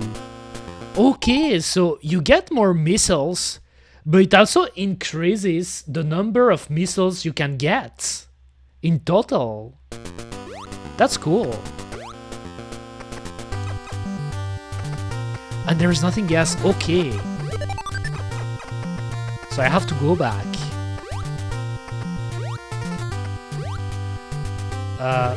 Okay, not like this.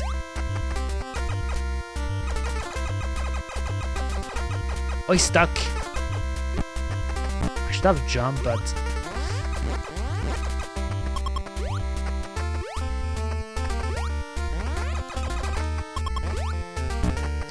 Oh, not again. Those guys are annoying, but they're useful. They're annoying, but still useful.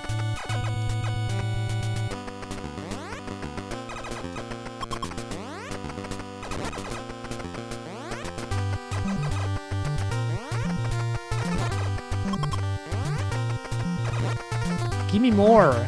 I want more.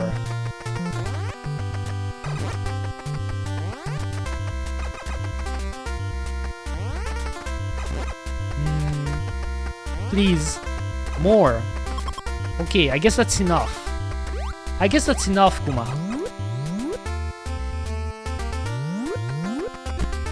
I jumped, but I jumped too late.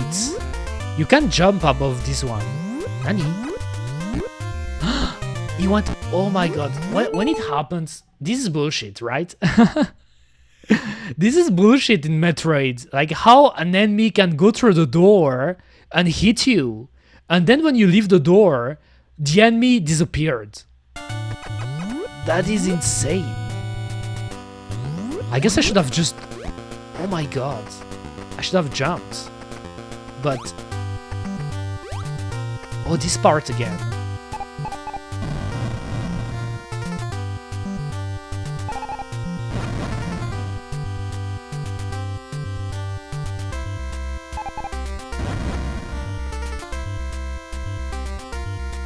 Oh, they're coming here.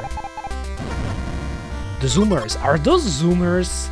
Because I looked at the name from the enemies in the game manual, and some of them were being called zoomers for some reason, and they were the spiky ones. Oh my god! Not him again! Not him! Don't bully me, please. That's a that's a disaster. Oh my god. Okay, let's wait.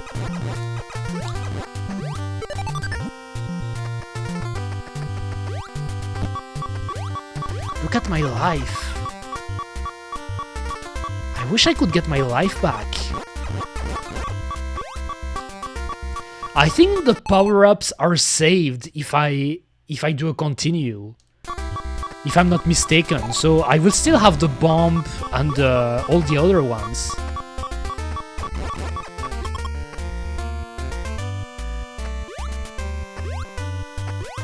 And that's it. What if I go... Can I jump like... Oh no, you can't. Like B is the jump button. You can't jump while you're on the ball. I can do this though. I wonder if it's... Maybe not like that. Let me kill him first. Because maybe there's a secret here. I don't know.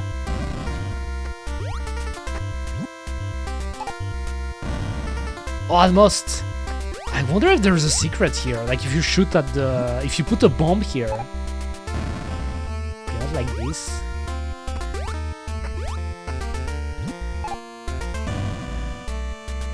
I don't even know if it's doable. Okay, here too early? Oh. Why don't I enter here? Maybe you can't. Like, it feels like I'm getting through the things, but the ball doesn't enter the slot. Like this, you know. Here I did it perfectly, but it seems like you can't do it. Yes, you can't. Okay, at least I tried. Or maybe it's possible, but the timing really have to be perfect. So I went here, I went here, I went here too. Here that's a bad thing, because I don't want to lose life again. I want to get my life back, if possible, Kuma. Like this. And go down again. At least Samus is really buff. She has a ton of powers. I mean, I say she, but in the manual they say the he. We aren't supposed to know that she's a girl yet, I guess. 28. I didn't want to go that low though.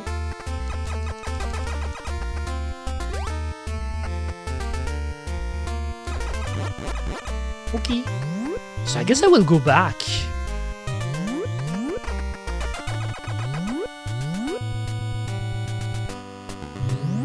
Alright, that's the place. I think here there's a power-up that I can get to and that I missed. I skipped. For some reason.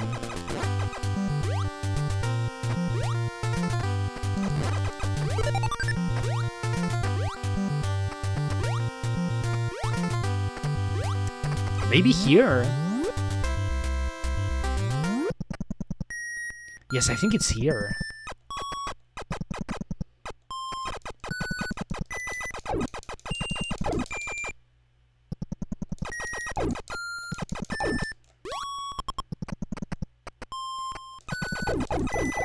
You're dead. You're dead, even though you're stronger.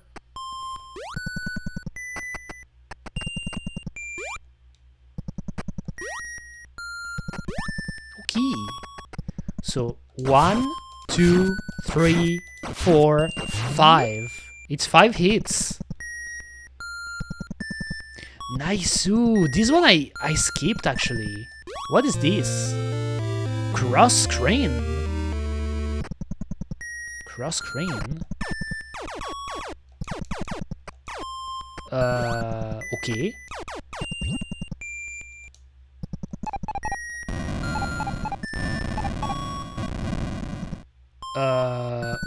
Wait. I should have checked the manual. What is cross crane?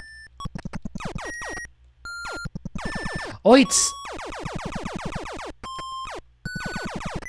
I got more range, right? Let me see. Let's see. Let's look at the manual again. Let's look at it, guys. I think it was here. Let's check right now.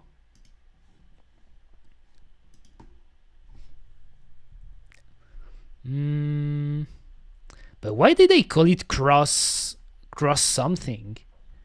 So the power-ups were here.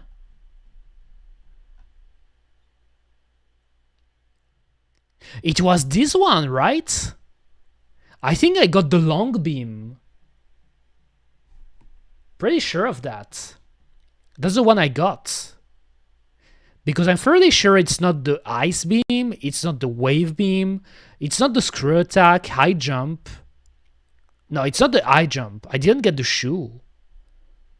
I already got Mari, the bomb I got it, energy tank, missile rockets, all of these I got them. I think it was that one. The long beam. For some reason I skipped it. That would have been so helpful against a lot of enemies at the beginning of the game. That's crazy that I skipped it. Naruhodo ne. Interesting. Oh, there's a robot. Let me ban him. Banned. Even though you can see him because Automod caught the robots, but I still ban them. Because they're bullies, Kuma. Let me go back in the game. Like this. Let's go.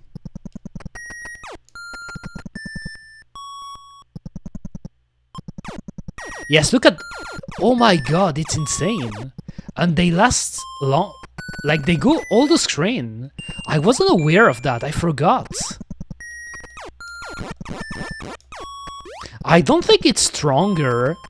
I'm pretty sure the shots are not stronger, but they have a bigger range.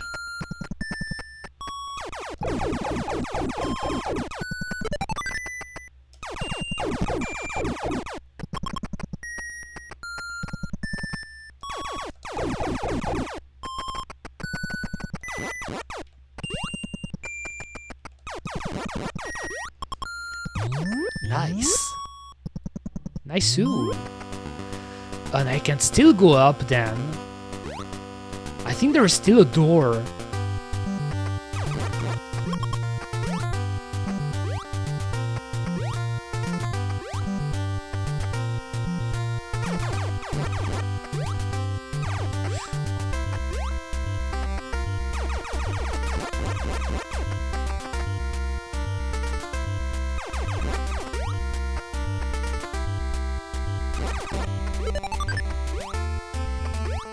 This one.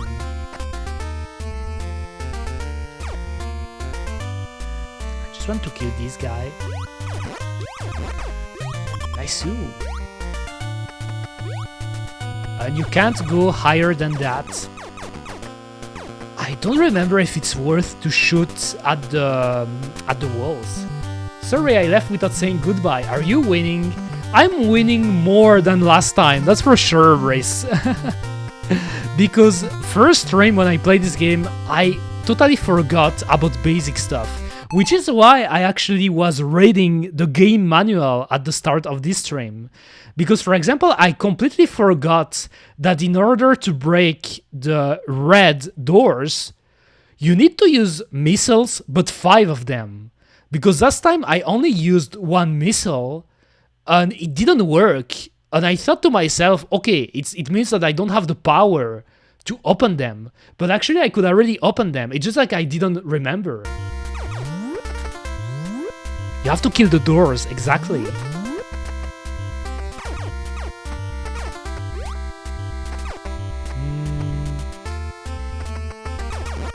Those guys.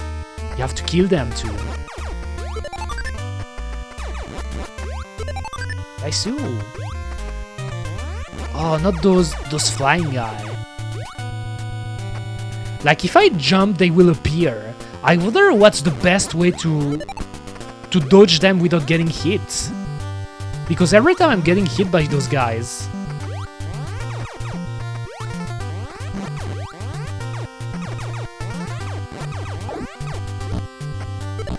Like this, oh my god, I'm getting clobbered.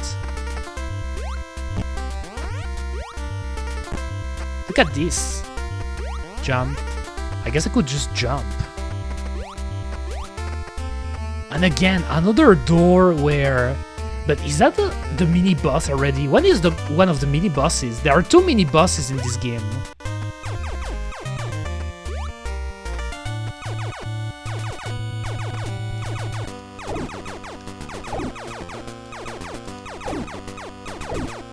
Okay, nice.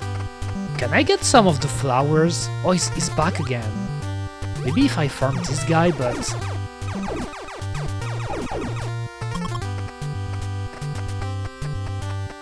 And he appears again.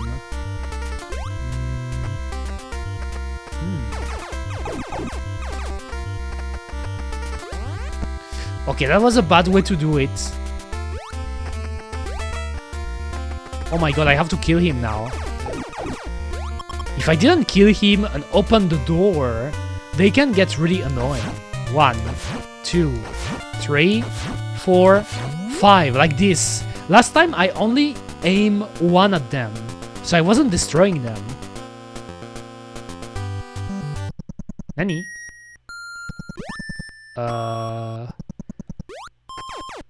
What is this? Oh, is that... Oh, I think that's in order to get to the... Okay.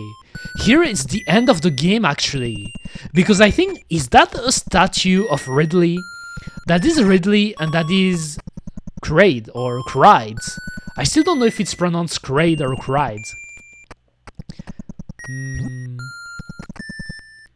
Because if I remember what I read, in the manual, They said you have to kill the 2 mini-bosses to unlock those statues, and then there is a bridge. Exactly, I remember now. There's a bridge that is getting built between the two, like to fill the gap, and you can get to the other side. Naruhodo ne. So I shouldn't go here yet. Ridley patiently waiting for his letter of invitation into Smash Bros.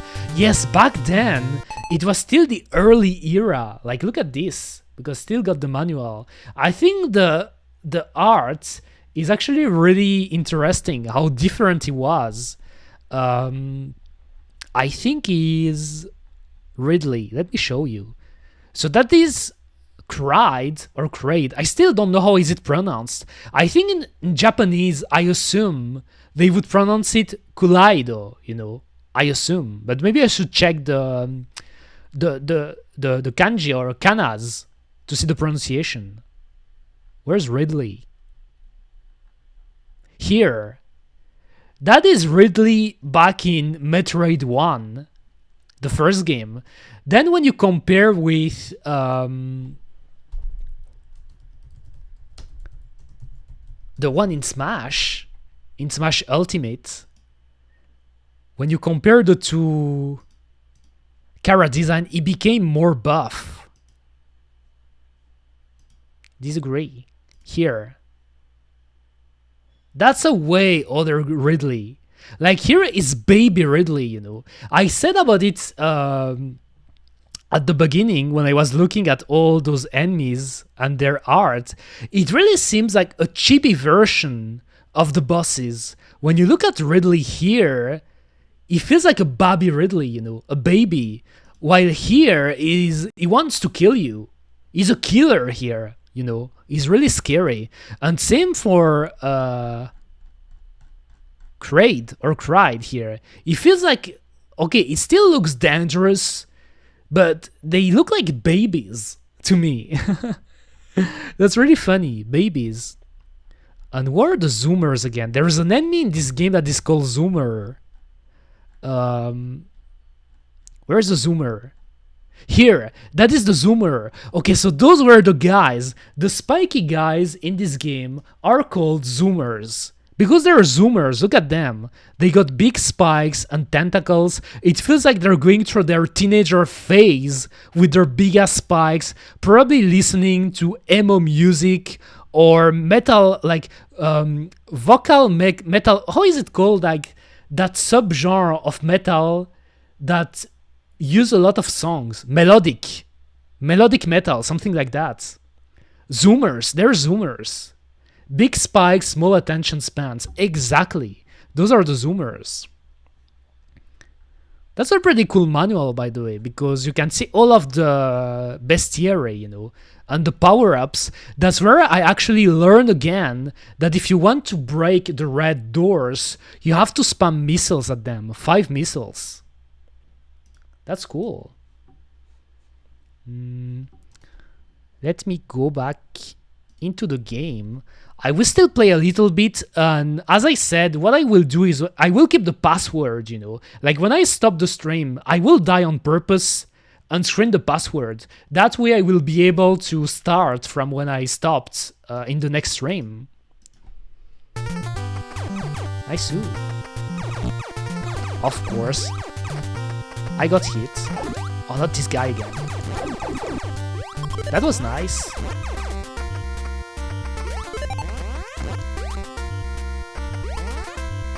Can I get... I dodged that, nice. Okay, oh my god. I think aiming up at them isn't necessarily a bad strategy. At those enemies.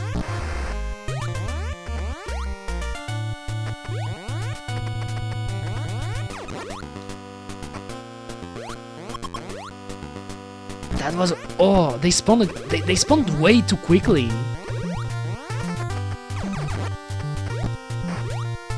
You have to be ready for everything in this game. Nice.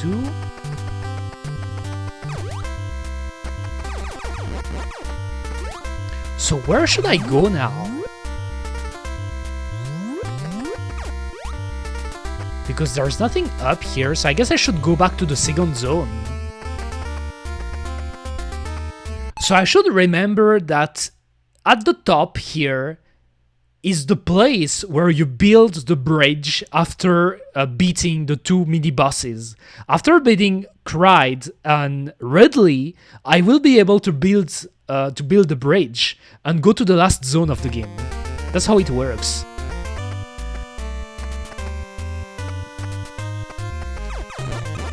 It's been a while, guys. I didn't remember. So here I got the power-up that I missed. The long-range power-up. Oh, I got hit. What the... I don't like that.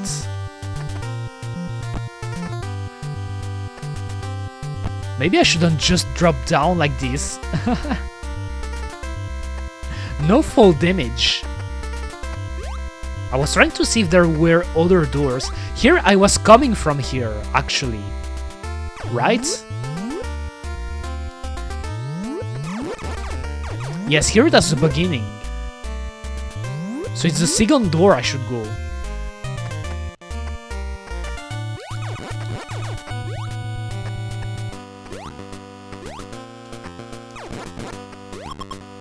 Got some life back.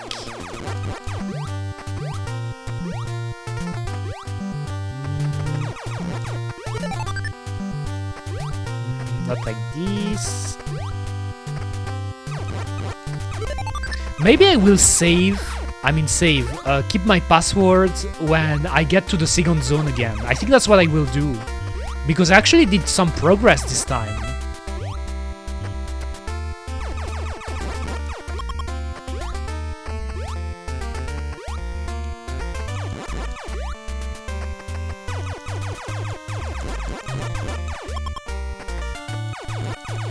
Oh, I can aim so high now. That's cool. It's crazy that I missed one of the most essential power-ups.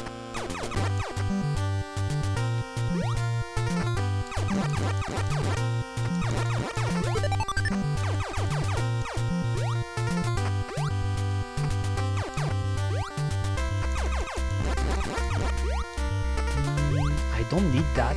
I got enough missiles for now. And it's here.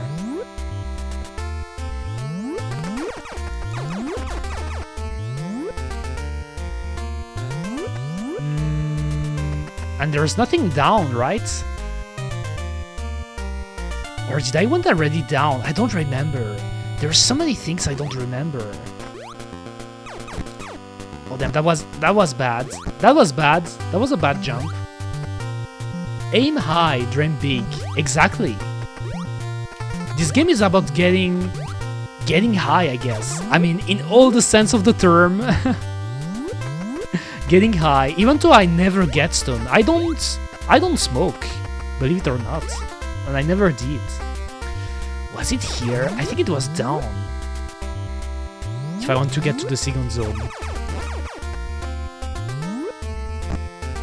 Yes, I shouldn't go down like that. Just dropping down. I should go platform from platforms. Because other than that, like if I don't do that, I'm getting hit left and right. I think it was here. Yes, that was exactly here.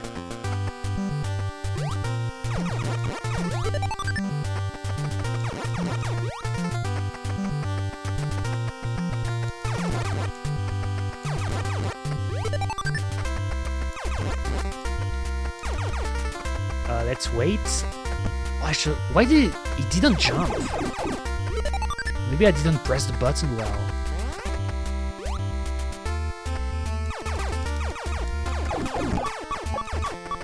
Oh, look at my life. I don't like this sound. I don't like this sound at all. I'm not gonna lie. I hate this sound.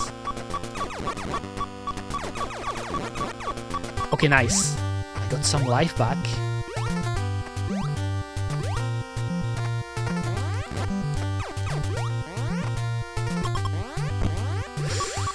Those guys are really... Oh my god.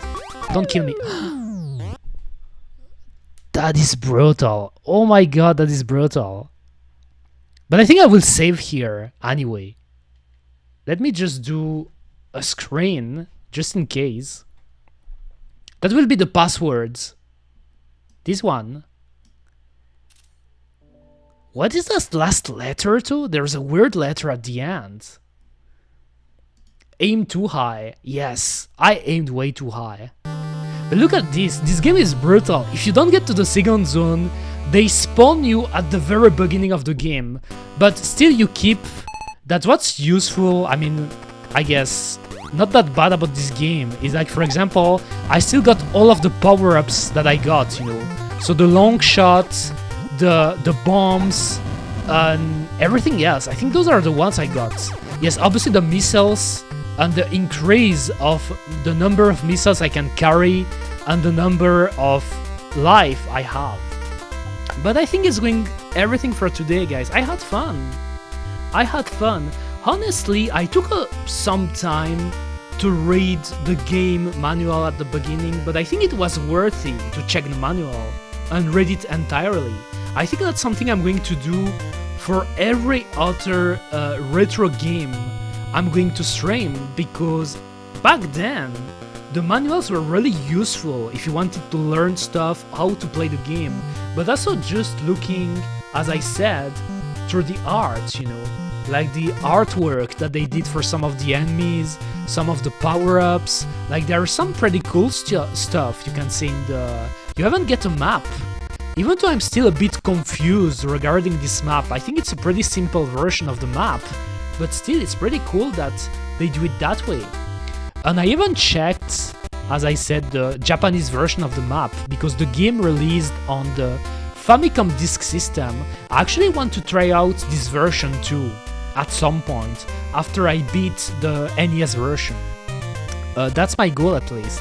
But as you can see, like the only things that you had more, I mean, you can find in the Japanese manual that you can't in the American, European one is those type of pages. Are those stickers here? Those look like stickers to me.